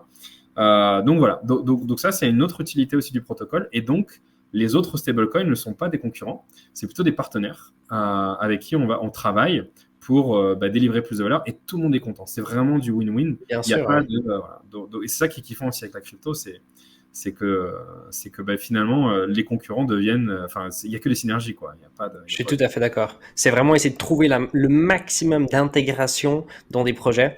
Quand on voit Chainlink typiquement avec les oracles aujourd'hui, c'est exactement ce qu'ils ont fait. C'est d'ailleurs leur business model, c'est les intégrations. C'est que tout le monde doit utiliser Chainlink demain. c'est Et ça. je trouve ça génial parce que c'est vrai que tout le monde peut en profiter quelque part, quasiment tout le monde. Et aujourd'hui, finalement, vous devez travailler avec tous les stablecoins en fait. Tant que le stablecoin peut rentrer dans le protocole et puis que tout fonctionne correctement, qu'il est indexé aussi sur un marché, puis qu'on peut retrouver aussi qui sont indexés typiquement en dollars, des choses comme ça. Je suis assez choqué en fait d'entendre déjà autant de stablecoins de partout déjà, typiquement rien que sur la Binance Smart Chain déjà. Ça, je trouve déjà assez hallucinant. Bon après, toi, je pense que tu fais ça tous les jours, donc automatiquement, tu es encore au courant de bien plus de choses. C'est magnifique. J'ai vu avant aussi une petite question sur l'UST de Ternoa. Je pense que tu as déjà entendu parler, ou De est-ce que tu Terra, ouais. connais, voilà, est-ce que tu connais le fonctionnement de l'UST Ouais, qui est backé par le Luna directement? ouais. Donc c'est le seul algo de stablecoin qui a tenu son peg avec Frax, mais Frax est collatéralisé par l'USC, donc c'est vraiment différent. Donc moi j'aime beaucoup l'écosystème Terra. On aimerait bien faire un truc assez cool. Ce serait d'utiliser, donc de faire un autre protocole. C'est Ethereum, donc c'est le nom de notre protocole. Hein. Jarvis c'est le projet, mais le nom. Mhm. Mais au lieu d'utiliser l'USDC, on irait sur Terra et on utiliserait l'UST ou l'EUROT, peu importe, comme collatéral. Alors pourquoi on fait ça? Parce que en fait, moi ce que je kiffe avec Terra, c'est comment ça s'appelle? C'est les stocks du protocole Mirror, donc les actions Tesla, etc. Mhm. Et donc aller là-bas, ça nous permettrait d'avoir un accès direct aux actions en passant non plus par l'USDC mais l'UST. Mais c'est pas demain qu'on va le faire pour une simple et bonne raison, c'est que en fait ils ont déjà des stablecoins, donc il faut ils ont déjà l'EUROT, ils ont déjà enfin ils en ont plein, donc il faut que j'étudie la faisabilité et l'intérêt d'avoir 2 euros sur Terra, un natif donc le ET et le nôtre. Mais oui, je connais, je suis et je farm beaucoup l'UST, enfin je farm beaucoup avec l'UST Mhm. sur Convex, sur Ethereum et bien évidemment comme beaucoup de monde, je pense, j'utilise les stocks pour faire du liquidity mining sur Terra. Mhm. Ouais, les gens sont très fans aujourd'hui de l'UST. Ça fait que de grandir depuis que ça a commencé. On a vu ça a commencé en quelques dizaines de millions et puis on a vite passé à 1 milliard. Puis depuis, en fait, ça fait que d'augmenter. C'est vraiment dans une courbe magnifique. Les gens, ils comprennent de plus en plus aussi. Et Non. c'est assez intéressant. Je pense que l'écosystème. Après, désolé de te couper, Mhm. il y a juste un truc qui nous pose problème, nous, pour l'UST et les autres, c'est que comme nous, on travaille avec mon pèlerin et qu'on est amené à travailler avec des entreprises régulées, on peut pas se permettre d'utiliser tout. Par exemple, même si les gens vont dire ouais, mais l'UST est moins risqué que l'USDC, va dire ça à une banque. Et en fait, quand nous on a commencé à travailler avec mon pèlerin, en fait mon pèlerin, eux ils sont chauds, hein, mais les banques qui sont derrière mon pèlerin, eux ils ont dit attention, on fait pas de conneries, donc ils ont accepté de travailler avec nous parce qu'en fait le collatéral c'est de l'USDC et qu'ils ont confiance en l'USDC. Si on leur avait dit le collatéral c'est de l'UST, ils nous auraient dit ok c'est joli mais ça nous intéresse pas. Donc on fait aussi quelques sacrifices là-dessus pour pouvoir avoir des propositions de valeur, tu vois. Tout à Assez... fait, exactement. Il faut en faire. Puis je pense que le plus important, c'est de réussir à faire des sacrifices comme là, mais de réussir aussi à suivre quand même la technologie. Si demain, c'est plus important et c'est mieux pour beaucoup de raisons différentes d'utiliser l'UST, bah, je suppose que vous allez sûrement utiliser aussi l'UST à ce moment-là, de toute façon. Ok, super. J'ai encore une petite question liée. Alors après, peut-être qu'on peut partir aussi sur quelques questions. Donc, n'hésitez pas. Hein, donc le chat qui sont en train d'écouter, j'avais déjà vu avant d'autres petites choses qui ont déjà été posées aussi comme questions. Mais si vous aimeriez poser d'autres petites questions, n'hésitez surtout pas à les mettre directement sur le chat. Comme ça, on va pouvoir aussi peut-être y répondre directement après. Alors, Je j'ai vu voulais une encore. question sur les Oui, oracles, peut-être, oui, bien sûr. pour clearer ça. Donc, la question, c'est les oracles vont chercher le vrai prix Forex en temps réel lors du change ou bien vous fixez un taux à intervalles réguliers vous permettant aussi de l'arrondir à votre avantage. Donc, nous, on utilise Chainlink. Donc, ce qu'il y a de bien avec Chainlink et les oracles en général, c'est qu'il n'y a pas de conflit d'intérêt. Donc, on ne peut pas arrondir à notre avantage le prix. Alors, on pourrait en fait, hein, on pourrait rajouter un truc sur le smart contract qui dirait si le prix c'est ça, ajoute je sais pas quoi. Mais tout le monde le verrait, hein, parce que c'est l'intérêt de la blockchain, c'est transparent. Donc non, nous on prend ce que Chainlink nous donne, et Chainlink ne va pas chercher les taux en temps réel, parce que c'est pas possible sur des blockchains. C'est pas possible sur les blockchains. En fait, ils vont chercher effectivement le prix à intervalle de temps régulier. En fait, ce qu'ils vont faire sur Polygon, c'est qu'à chaque fois que le prix de l'euro-dollar monte de 0,1%, les nœuds, enfin ceux qui travaillent, on va dire, avec Chainlink, donc ceux qui vont donner les prix, ils vont envoyer leur prix à Chainlink. Ils vont dire, ah tiens, on a détecté que l'euro-dollar a bougé de 0,1% par rapport à tout à l'heure. Voilà quel est le nouveau prix. Ensuite, Chainlink va faire de l'agrégation. Donc, il va prendre tous les prix qui sont reportés. Il va éliminer les prix qui sont beaucoup trop loin de la moyenne. Et ensuite, Chainlink va faire une transaction et mettre cette information sur la blockchain. Et nous, on utilise cette information-là. Donc, il n'y a pas de conflit d'intérêt. On ne peut pas manipuler le prix. Et ce n'est pas du prix en temps réel. C'est le prix incrémenté. Enfin, c'est un pas de 0,1% sur l'euro-dollar sur Polygon. C'est 0,2% je crois sur Ethereum, parce que c'est plus cher bien évidemment sur Ethereum. Et sur la BSC, je crois qu'aujourd'hui c'est 0,2%, donc il faut qu'on les contacte pour le passer à 0,1%. Ok, ouais, intéressant ça. Vous pouvez confirmer le contrat du GRT s'il vous plaît? Qu'est-ce que tu entends par là? À mon avis, c'est l'adresse. Il faut aller sur CoinGecko. CoinGecko, tu tapes JRT et tu as l'adresse sur l'adresse Ethereum et l'adresse Polygon. Magnifique, super. Moi, j'ai mis également le lien au cas où de Jarvis.net directement dans le chat, donc c'est le site internet. Hein. Je vais repartager également pour toutes les personnes qui n'ont pas encore pu faire un petit tour sur leur Twitter, donc c'est vraiment là que vous allez pouvoir suivre pas mal le projet, donc n'hésitez surtout pas à aller faire un petit tour. Hein. Moi, j'avais encore une petite dernière question, puis après, je peux laisser peut-être après le chat peut-être finir un petit dernier Q&A si ça va pour toi. Moi, je voulais juste savoir, est-ce que tu as des plans pour 2022 pour du marketing? Ou est-ce que c'est des choses qui ne sont pas prévues pour l'instant, vous n'avez pas besoin encore, et puis c'est peut-être pour la suite seulement? Alors, il faut du marketing parce que il n'y a pas assez de personnes, à mon sens, qui savent ce que l'on fait. Alors, c'est pas que j'ai envie que tout le monde le sache et que j'ai un ego surdimensionné. C'est juste que on veut que le protocole soit le plus utilisé parce que ça va se répercuter sur le token. Et si ça se répercute sur le token, les gens seront encore plus contents et ils vont encore plus utiliser le protocole. Et après, ça fait effet boule de neige. Et surtout parce que j'ai vraiment envie que la DeFi devienne un peu plus, qu'il y ait cette mass adoption. Donc, il va falloir faire du marketing. On en fait déjà. Maintenant, on a des petits budgets quand même. Hein. On a levé 1,3 million il y a un an. Donc, on va refaire d'ailleurs une levée de fonds pour avoir des budgets plus conséquents. Et donc là, on a un petit budget marketing. On fait des articles, des trucs comme ça. Et l'an prochain, on prévoit d'investir un peu plus. Et aussi, on prévoit de faire un événement dans le métaverse pour célébrer la sortie de notre V2. Donc, je disais tout à l'heure que la V2, c'est tout le monde qui pourra devenir fournisseur de liquidité et l'introduction des tokens économiques. Et en fait, on veut faire un événement sur genre Decentraland, un truc comme ça. Donc, ça sera un événement sur plusieurs jours, 2-3 jours peut-être. Et ça sera de l'éducation et de l'information.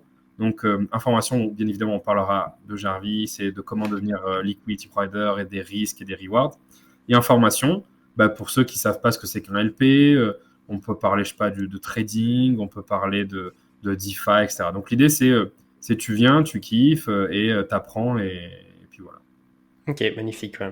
Je voudrais peut-être après te poser une petite question sur les NFT parce que j'ai entendu qu'il y a eu 2 fois NFT depuis le début et puis je sens qu'il y a un petit intérêt comme là derrière. Mais il y a une petite question ici, comment peut-on participer à la nouvelle levée de fonds?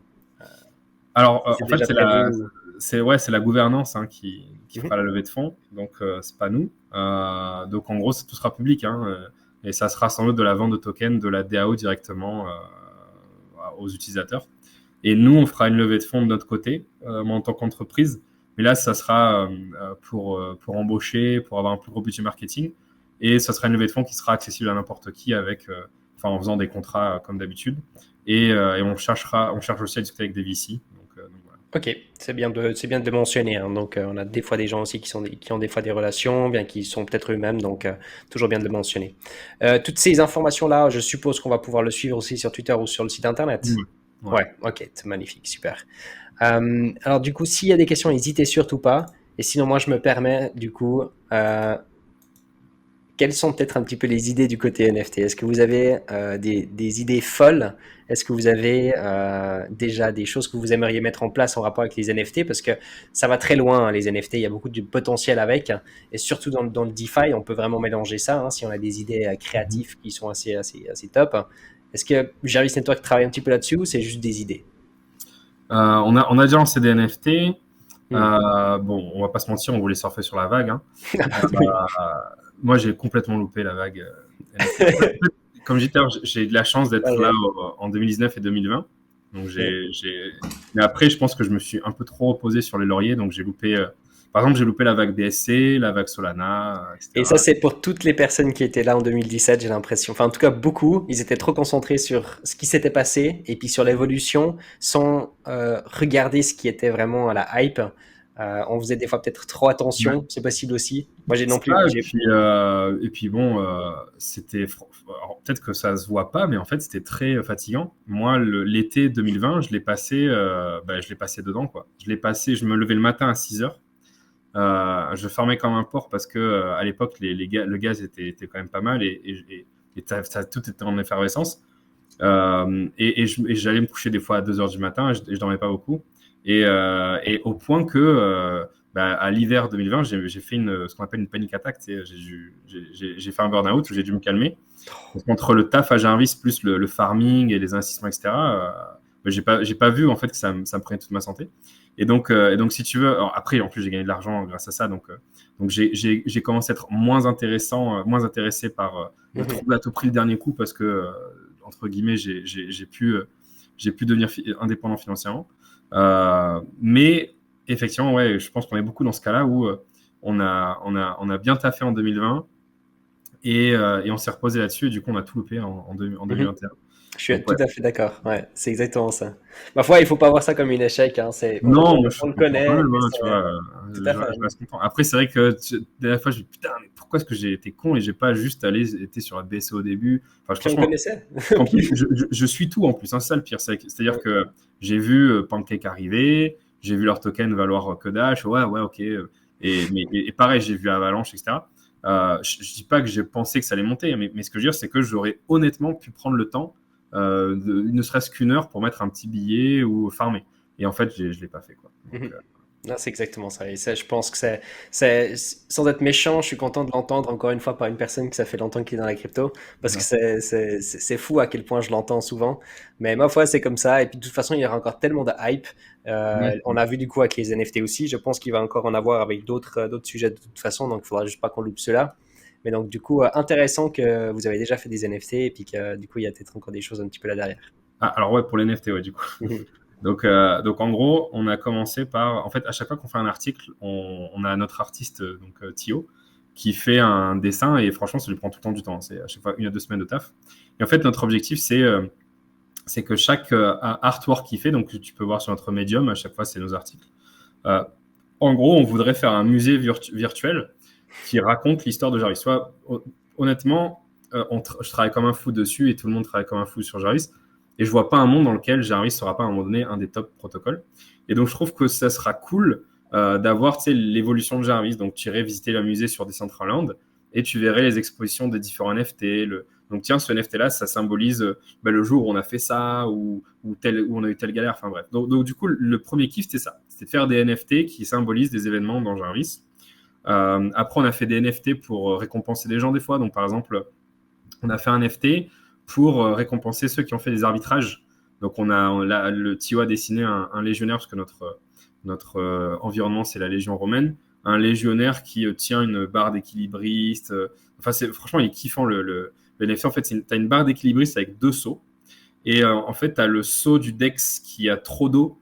Donc, en fait, le mec, il perd sa balance. Et après, tu as le seau Jarvis qui est vide. Et tu as un ange qui arrive et qui remplit d'eau. C'est génial. Et en fait, sur le casque de l'ange, tu as l'adresse publique du gars qui a fait l'arbitrage.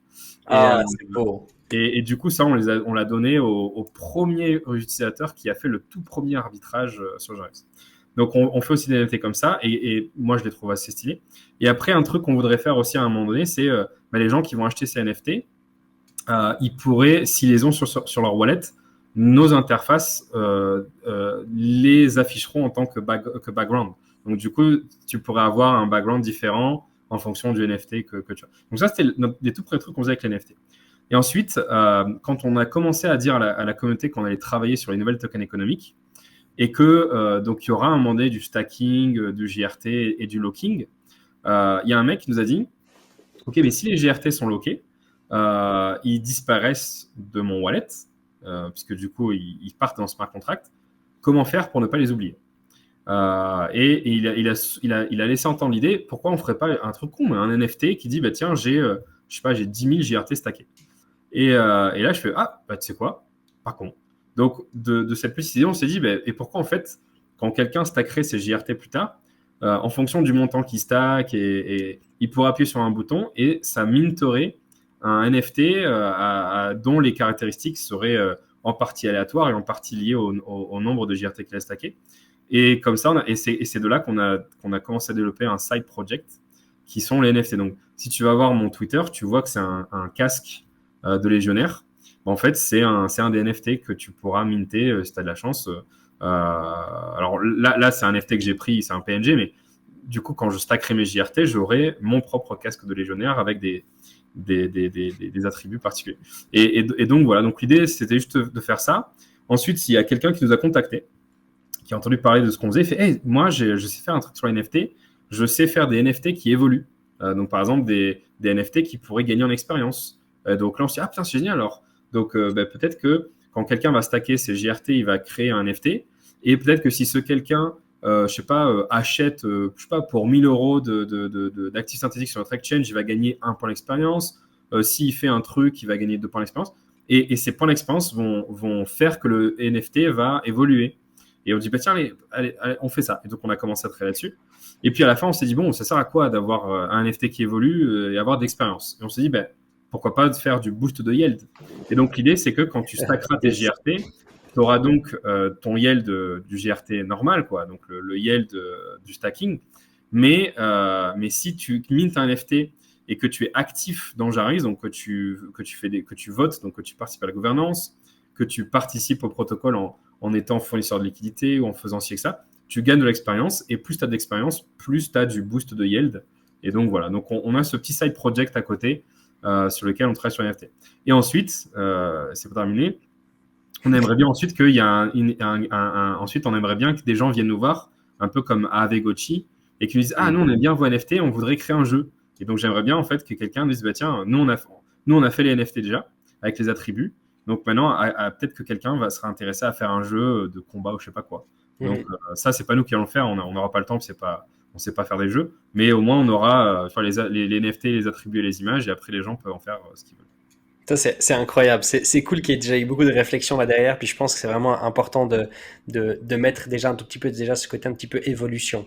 Je trouve que c'est important de pas laisser un NFT juste comme ça, le laisser à vie le même, surtout s'il y a de l'histoire et puis ça a quand même un certain lien, et ça je trouve vraiment super cool, vraiment nice. C'est pour gamifier le protocole, quoi. C'est-à-dire plus tu l'utilises et plus tu gagnes d'expérience et plus tu gagnes de yield. Voilà. Exactement. Tu peux le voir comme une carte de fidélité, façon de parler, comme on a aujourd'hui, mais sur un mode beaucoup plus cool.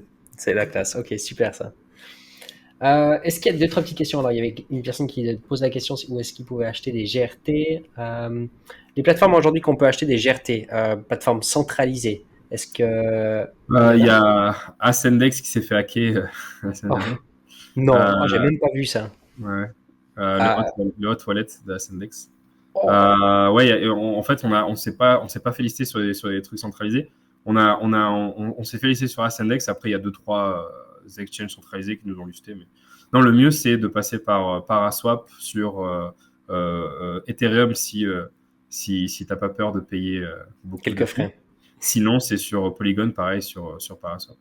Ok, super. Et puis donc, la Binance Smart Chain, est-ce qu'il y a déjà une date ou est-ce qu'il n'y a pas de date de prévu?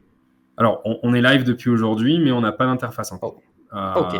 Donc, comme je dis tout à l'heure, on recrute parce qu'on a vraiment une lacune sur les interfaces, qu'on n'a qu'un mec pour l'instant. Donc, dès qu'on peut, on va lancer l'interface sur la BSC et après, le reste arrivera petit à petit. C'est cool. En plus, si tu utilises la Binance Smart Chain, tu vas après typiquement sur PancakeSwap, avec un petit peu de chance, peut-être qu'il y aura un certain lien avec Binance peut-être un jour.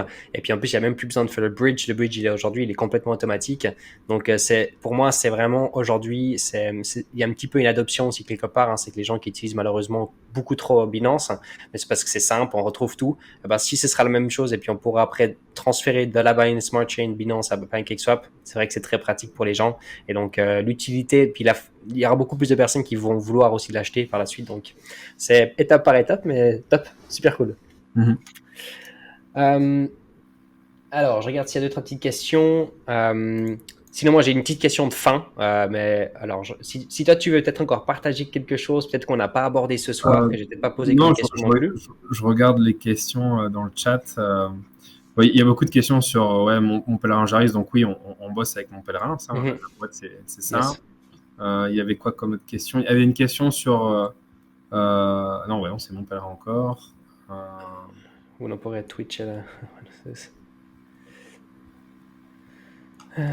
Il y a d'autres petites questions. Ouais, si tu bosses avec, en effet. Beaucoup étaient liés à ça. Oui, il y avait des questions sur Bifi et sur la poule 4 euros. Et sur Jarvis, le nom. Alors, oui, juste, ouais, que c'était un super bon nom. Ouais, non, mais c'est pas un si bon nom que ça, en fait.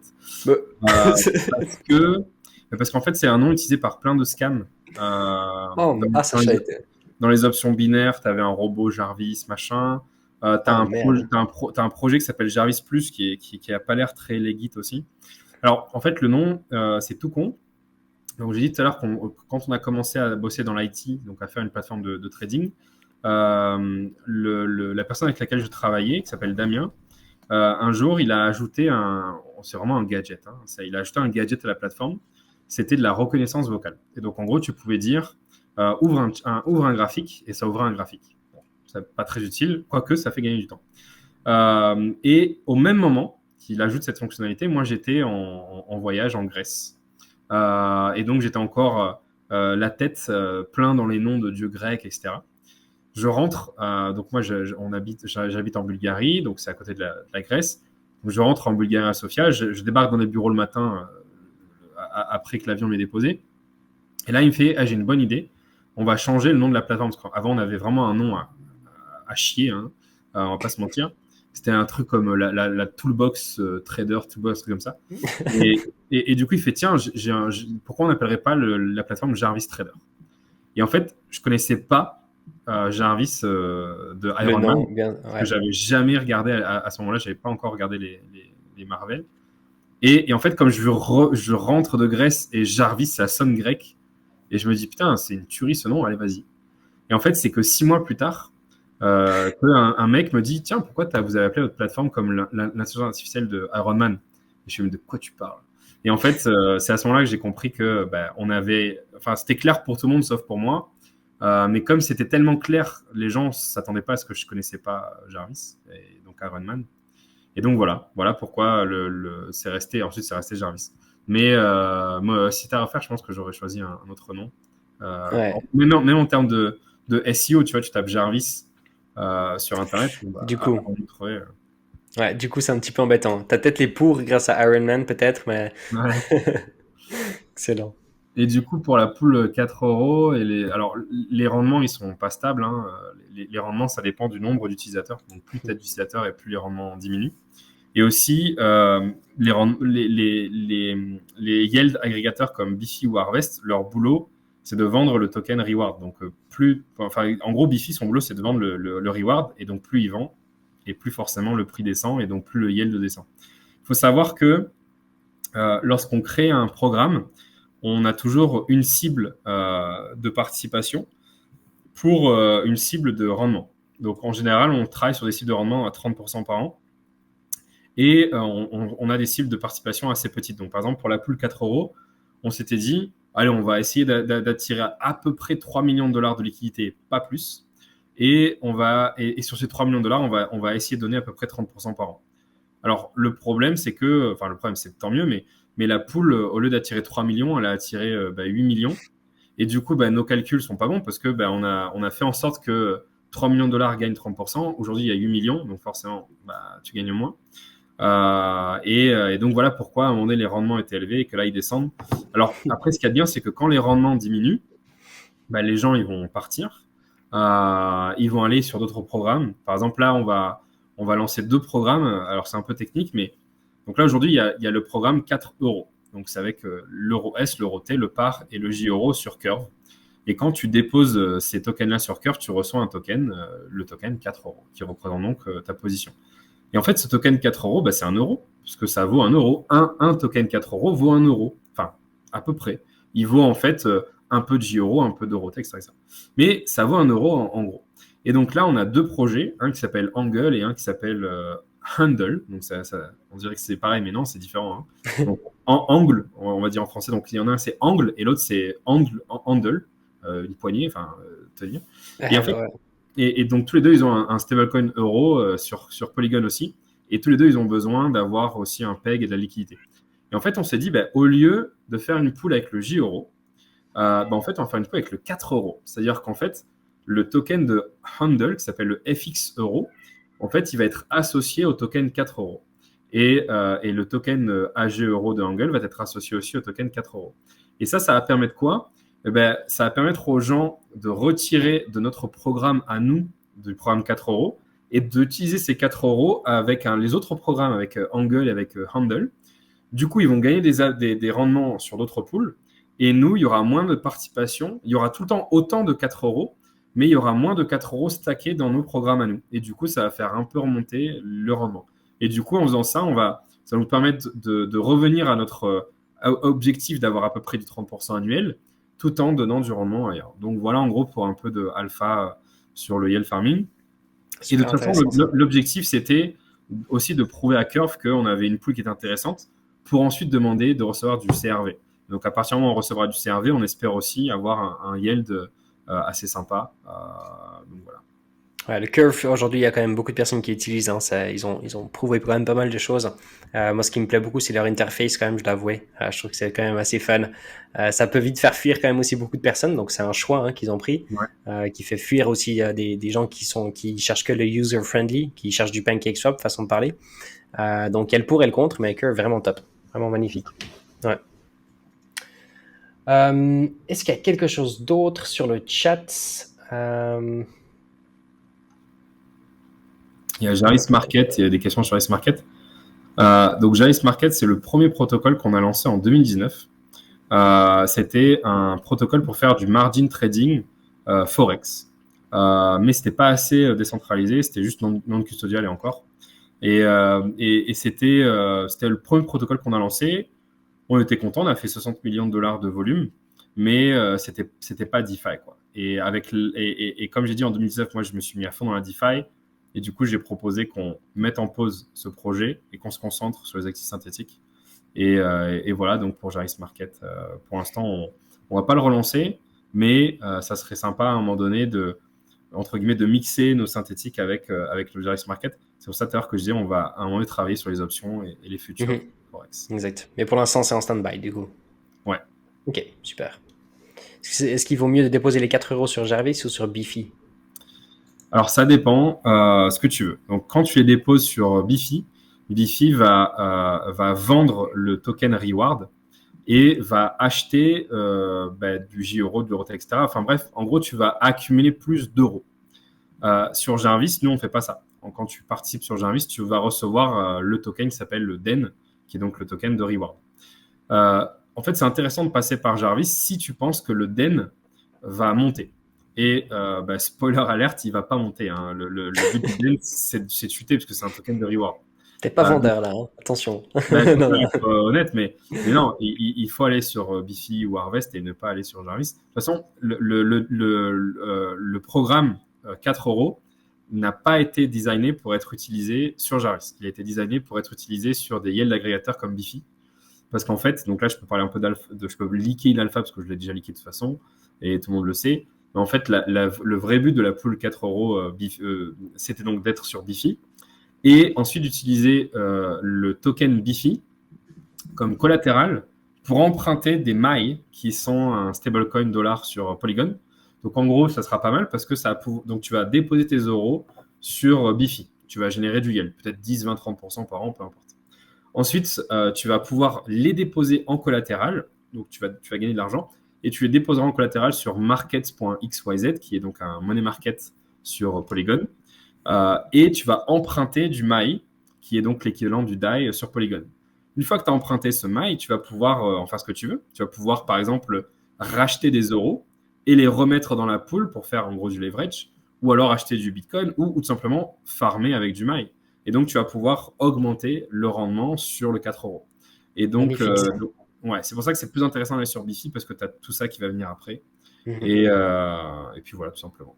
Ok, ouais. Et puis les tokens, je crois, sur Wi-Fi viennent de sortir il n'y a pas si longtemps en plus, hein. Ouais. Il y en a très peu en circulation, ils sont assez chers. Enfin, le token est assez cher parce qu'il y en a peu en circulation, je crois. Mais très intéressant tout ça. Puis merci en effet de l'honnêteté parce que je pense que aujourd'hui une des meilleures manières de vraiment gagner de l'argent dans le DeFi, si tu as aussi, alors, si tu as 100 euros, c'est sûr que en pourcentage ça peut être intéressant.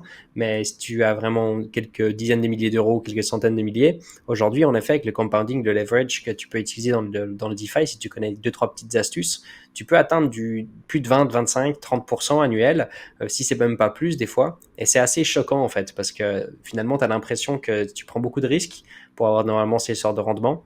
Puis en fait, si tu comprends un petit peu les protocoles, puis tu comprends un petit peu les risques qu'il y a derrière, tu peux en fait faire du rendement qui est plutôt assez stable, avec très peu de risques. Le risque est toujours présent, hein, il faut toujours bien être conscient de ça, mais c'est super intéressant, et donc du coup, Bifi est bien plus intéressant pour ça.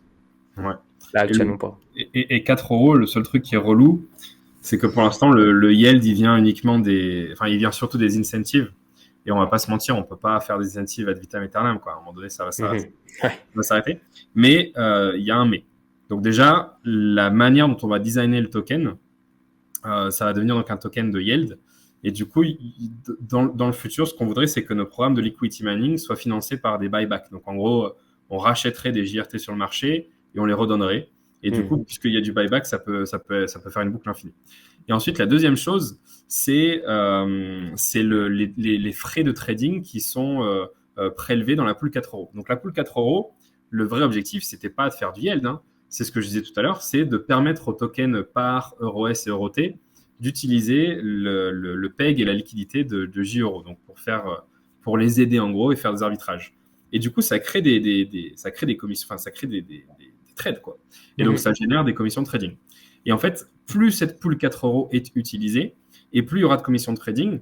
Et l'objectif à un moment donné, c'est que peut-être que les commissions de trading pourraient représenter, je sais pas, 2, 3, 4, voire 5% de rendement annuel. Et là, ça serait vraiment énorme. Parce que ça veut dire qu'on pourra aller voir le normie et dire, bah, tiens, moi, j'ai un compte euro sur Polygon. Ça te crache du 2 à 5% par an. Alors, c'est pas du 100%, mais c'est quand même mieux qu'un livret A. Et donc, en fait, l'objectif, c'est d'avoir un produit euro qu'on peut vendre ensuite à des gens qui ne s'y connaissent pas sur la DeFi. Et il y a quelqu'un qui justement en parlait, qui disait, ouais, la DeFi, c'est vraiment compliqué. Et il ou Mhm. elle a tout à fait raison. Mais la DeFi ne se veut pas être quelque chose d'accessible. Non pas qu'on cherche à être élitiste, non. Il faut voir la DeFi comme du back-end, quoi, comme de la technologie. Et c'est très compliqué d'utiliser de la technologie pure. Par Mhm. contre, l'objectif final de la DeFi, c'est que des boîtes comme Swissborg ou Argent simplifient le tout et utilisent la DeFi sous le capot, quoi. Donc effectivement, aujourd'hui, c'est super compliqué, on va pas se mentir, hein. Franchement, même moi, des fois, j'hallucine. Mais ça ne sera pas tout le temps comme ça. Il faut qu'il y ait des entrepreneurs, des développeurs, etc., qui développent des applications ultra simples, mais qui utilisent ces solutions-là derrière. Je suis tout à fait d'accord. Et puis c'est qu'une question de temps, hein. Aujourd'hui, comme tu le dis, mettons toi, tu es un fan du DeFi. Ça fait depuis 2010, pardon, depuis 2018 que tu essayes vraiment aussi de voir le potentiel de DeFi. Aujourd'hui, ça fait bientôt 4 ans plus tard. Il y a tous les jours, on peut presque apprendre quelque chose. C'est hallucinant à quel point, en effet, cette technologie peut être poussée. Il y a beaucoup de choses qu'on ne connaît pas encore, que le DeFi va encore nous proposer, je suppose, dans les prochaines années à venir. Et ça va juste être magnifique. Mais il faut aussi ces autres personnes qui vont en effet créer ces applications pour le côté très user-friendly, puis que les gens, ils n'ont pas besoin de comprendre, mais qui puissent tout simplement l'utiliser facilement, quitte à payer un tout petit peu de frais pour les personnes qui ont fait tout le travail derrière, même sans peut-être le savoir comment de nouveau ça fonctionne, etc. C'est ça, c'est ça. Exact. Ouais, alors comme dit Seb aussi ici, en effet, alors il comprend un mot sur 10 de ce qu'on dit. Lui, c'est un analyste technique, hein, donc il fait du trading, donc c'est normal qu'il comprend pas grand-chose sur le DeFi, mais c'est peut-être pas évident non plus pour tout le monde.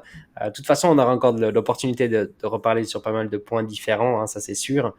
Euh, Si on veut retrouver, alors de toute façon, également, hein, Pascal, il a fait beaucoup de vidéos sur YouTube. Alors, tu avais déjà ta propre chaîne à l'époque, mais tu as aussi fait beaucoup d'interviews. Tu as été interviewé, pardon, par pas mal de personnes aussi. Il y a 3 mois en arrière, je crois aussi par Cryptost. Il faut vraiment pas hésiter à aller faire un petit tour, justement. Vous pouvez mettre Jarvis Network sur YouTube. Vous allez automatiquement retrouver quelques petites vidéos aussi. Et puis, donc, comme ça, vous pouvez aussi vous intéresser un petit peu plus. Ton ancienne chaîne YouTube, du coup, parce que je pense que tu n'as plus le temps aujourd'hui, euh, on peut retrouver des vidéos, ou bien tu fais encore des vidéos par hasard? Alors, j'ai arrêté en 2017. Enfin, j'ai Ah, pas tu as arrêté arrêté. en 2000. Ouais. Ouais. En fait, j'ai filé DMT comment ça s'appelle, à la relève. Donc Mhm. aujourd'hui, c'est Thibaut et qui s'en occupe avec Vincent. Ok. Mais en 2017, les dernières vidéos que j'ai faites, c'était une introduction à la blockchain. Et c'était avec les connaissances que j'avais accumulées en 2007. En gros, c'était rien, quoi. C'était vraiment de la merde. Et quand je regarde mes vidéos de 2007, je suis putain, c'est naze. Et du coup, ça fait depuis 2019 que j'ai accumulé un peu plus de connaissances. Je me dis, il faut vraiment que je refasse une série de vidéos comme à l'époque. Et Mhm. donc en janvier, je vais faire ce que j'avais fait à l'époque pour l'analyse technique et le trading et tout. Et je vais faire un live par jour pendant, je sais pas, peut-être une vingtaine de jours.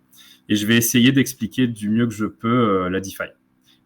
Donc, on va prendre les bases de A à Z, vraiment sur quasiment tout. Et à la fin de cette série de vidéos où on parlera des bases, après, l'idée, ça sera d'étudier des projets en disant, voilà, on a expliqué c'était quoi un truc con, hein. Comment ça fonctionne un money market. Et ben tiens, aujourd'hui, on va s'intéresser à comment fonctionne Fuse, qui est un money market, mais Mhm. particulier. Et puis demain, on fera, je sais pas, A à B. Donc, l'idée, c'est de créer une base de connaissances DeFi francophone avec la manière dont j'ai expliqué le trading et l'analyse technique avant. Mhm. Magnifique ça. Bah, c'est top. C'est exactement ce que les gens ils ont besoin aujourd'hui. Donc, je peux que t'encourager à le faire, franchement. Vraiment. Moi, j'ai un objectif qui est de un jour d'essayer de proposer un live pendant 24 heures lié à la crypto. Ça, c'est Ouais, impossible. Donc, si tu veux venir parler du DeFi, que tu saches, j'ai encore de la place. ouais bah, moi, j'aime bien en parler en plus. Donc, Donc, ouais, pas de souci. Mais ça, c'est vraiment une bonne chose. Si on veut du coup suivre ces vidéos, du coup, que tu vas parler du DeFi, ce sera du coup sur quelle chaîne YouTube? Comme ça, je peux ouais, peut-être ça partager. sera sur DMT. J'ai demandé à Thibaut si je peux réquisitionner la chaîne de DM Trading et donc ça sera sur DM Trading. Dame Trading. Ok, super, parfait. Merci beaucoup. Ok, magnifique. Moi, je vais te poser une petite dernière question qui a rien à voir du coup avec Jarvis Network. J'aime bien poser ces questions avec des personnes qui ont déjà quelques années d'expérience dans le monde de la crypto-monnaie. Est-ce qu'on peut avoir ton avis? T'es pas obligé de répondre, mais est-ce qu'on peut avoir ton avis aujourd'hui? Ce que tu en penses sur le marché? Est-ce que tu es bullish? Est-ce que tu es bearish? Comment tu te ressens actuellement avec le prix, si je peux dire, du Bitcoin ou tout simplement du marché? Est-ce que tu te sens... si tu as deux, trois petites choses à partager là-dessus. Alors, c'est très compliqué de donner un point de vue parce que les points de vue, c'est toujours personnel. Et en Oui. général, les gens te donnent les points de vue qui vont fitter leur portefeuille. Et comment, en fait, j'ai déjà vendu beaucoup de mon portefeuille en 2020 et 2021. Bah, si tu veux, je m'en fous. Euh, C'est-à-dire bien sûr, je préférerais que ça monte, mais du coup,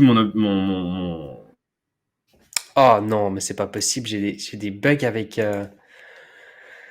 Ah, c'est pas possible. Moi, il faut vrai... C'est la dernière fois qu'on utilise Melon App, hein. C'est pas possible.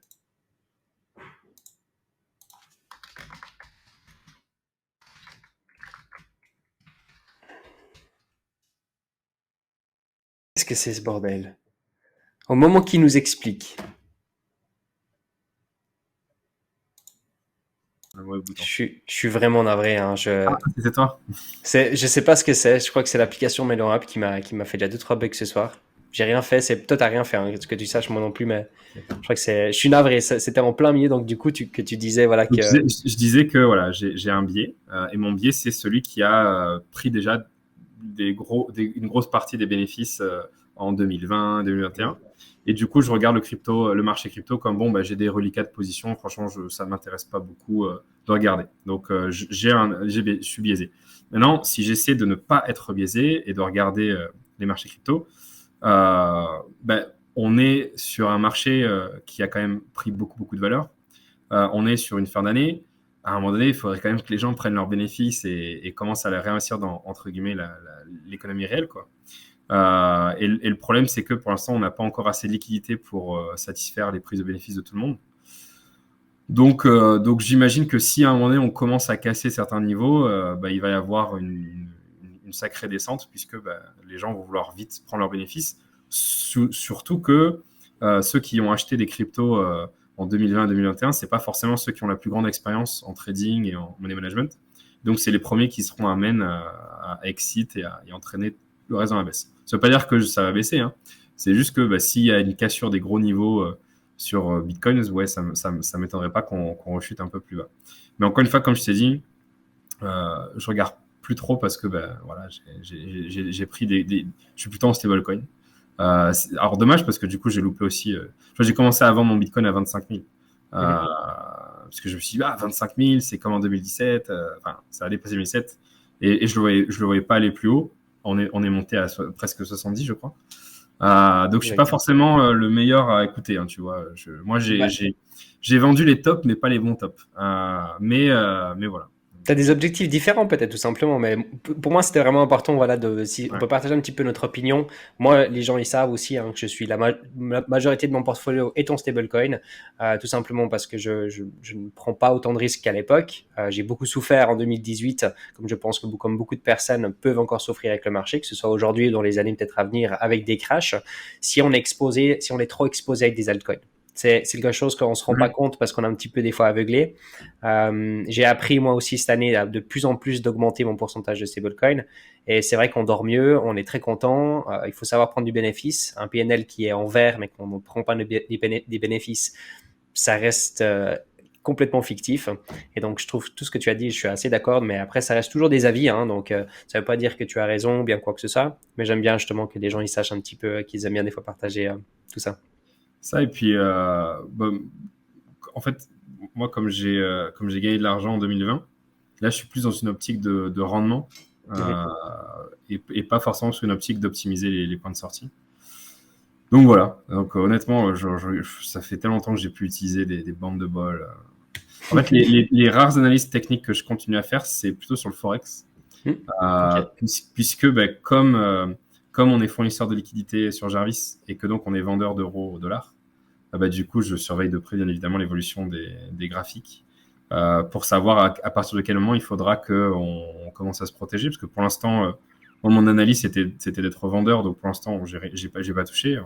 On est vendeur, vendeur, vendeur.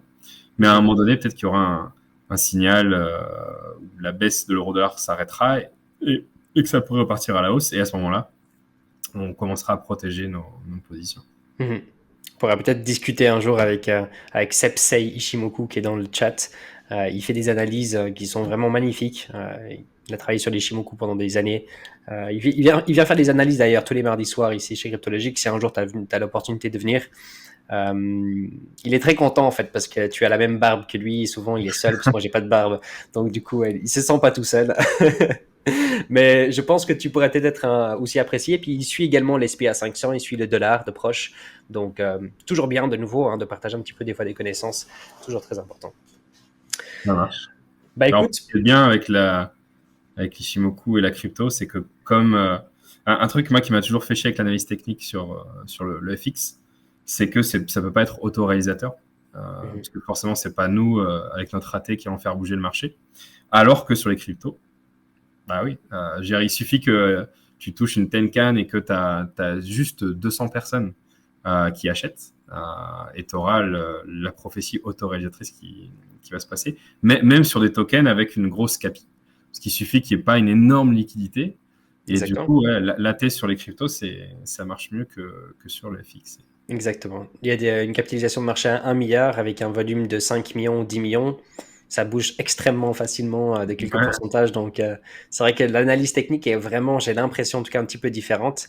Après, moi, c'est pas mon métier. Je fais aussi des analyses techniques, hein, mais je suis beaucoup plus sur des choses très basiques, juste pour avoir un petit peu une idée, puis parce que ça me plaît de regarder le marché. Mais c'est vrai qu'aujourd'hui, je fais confiance plutôt à des professionnels et j'essaie de regarder un petit peu ce qu'ils font, chacun son métier, et puis voilà quoi.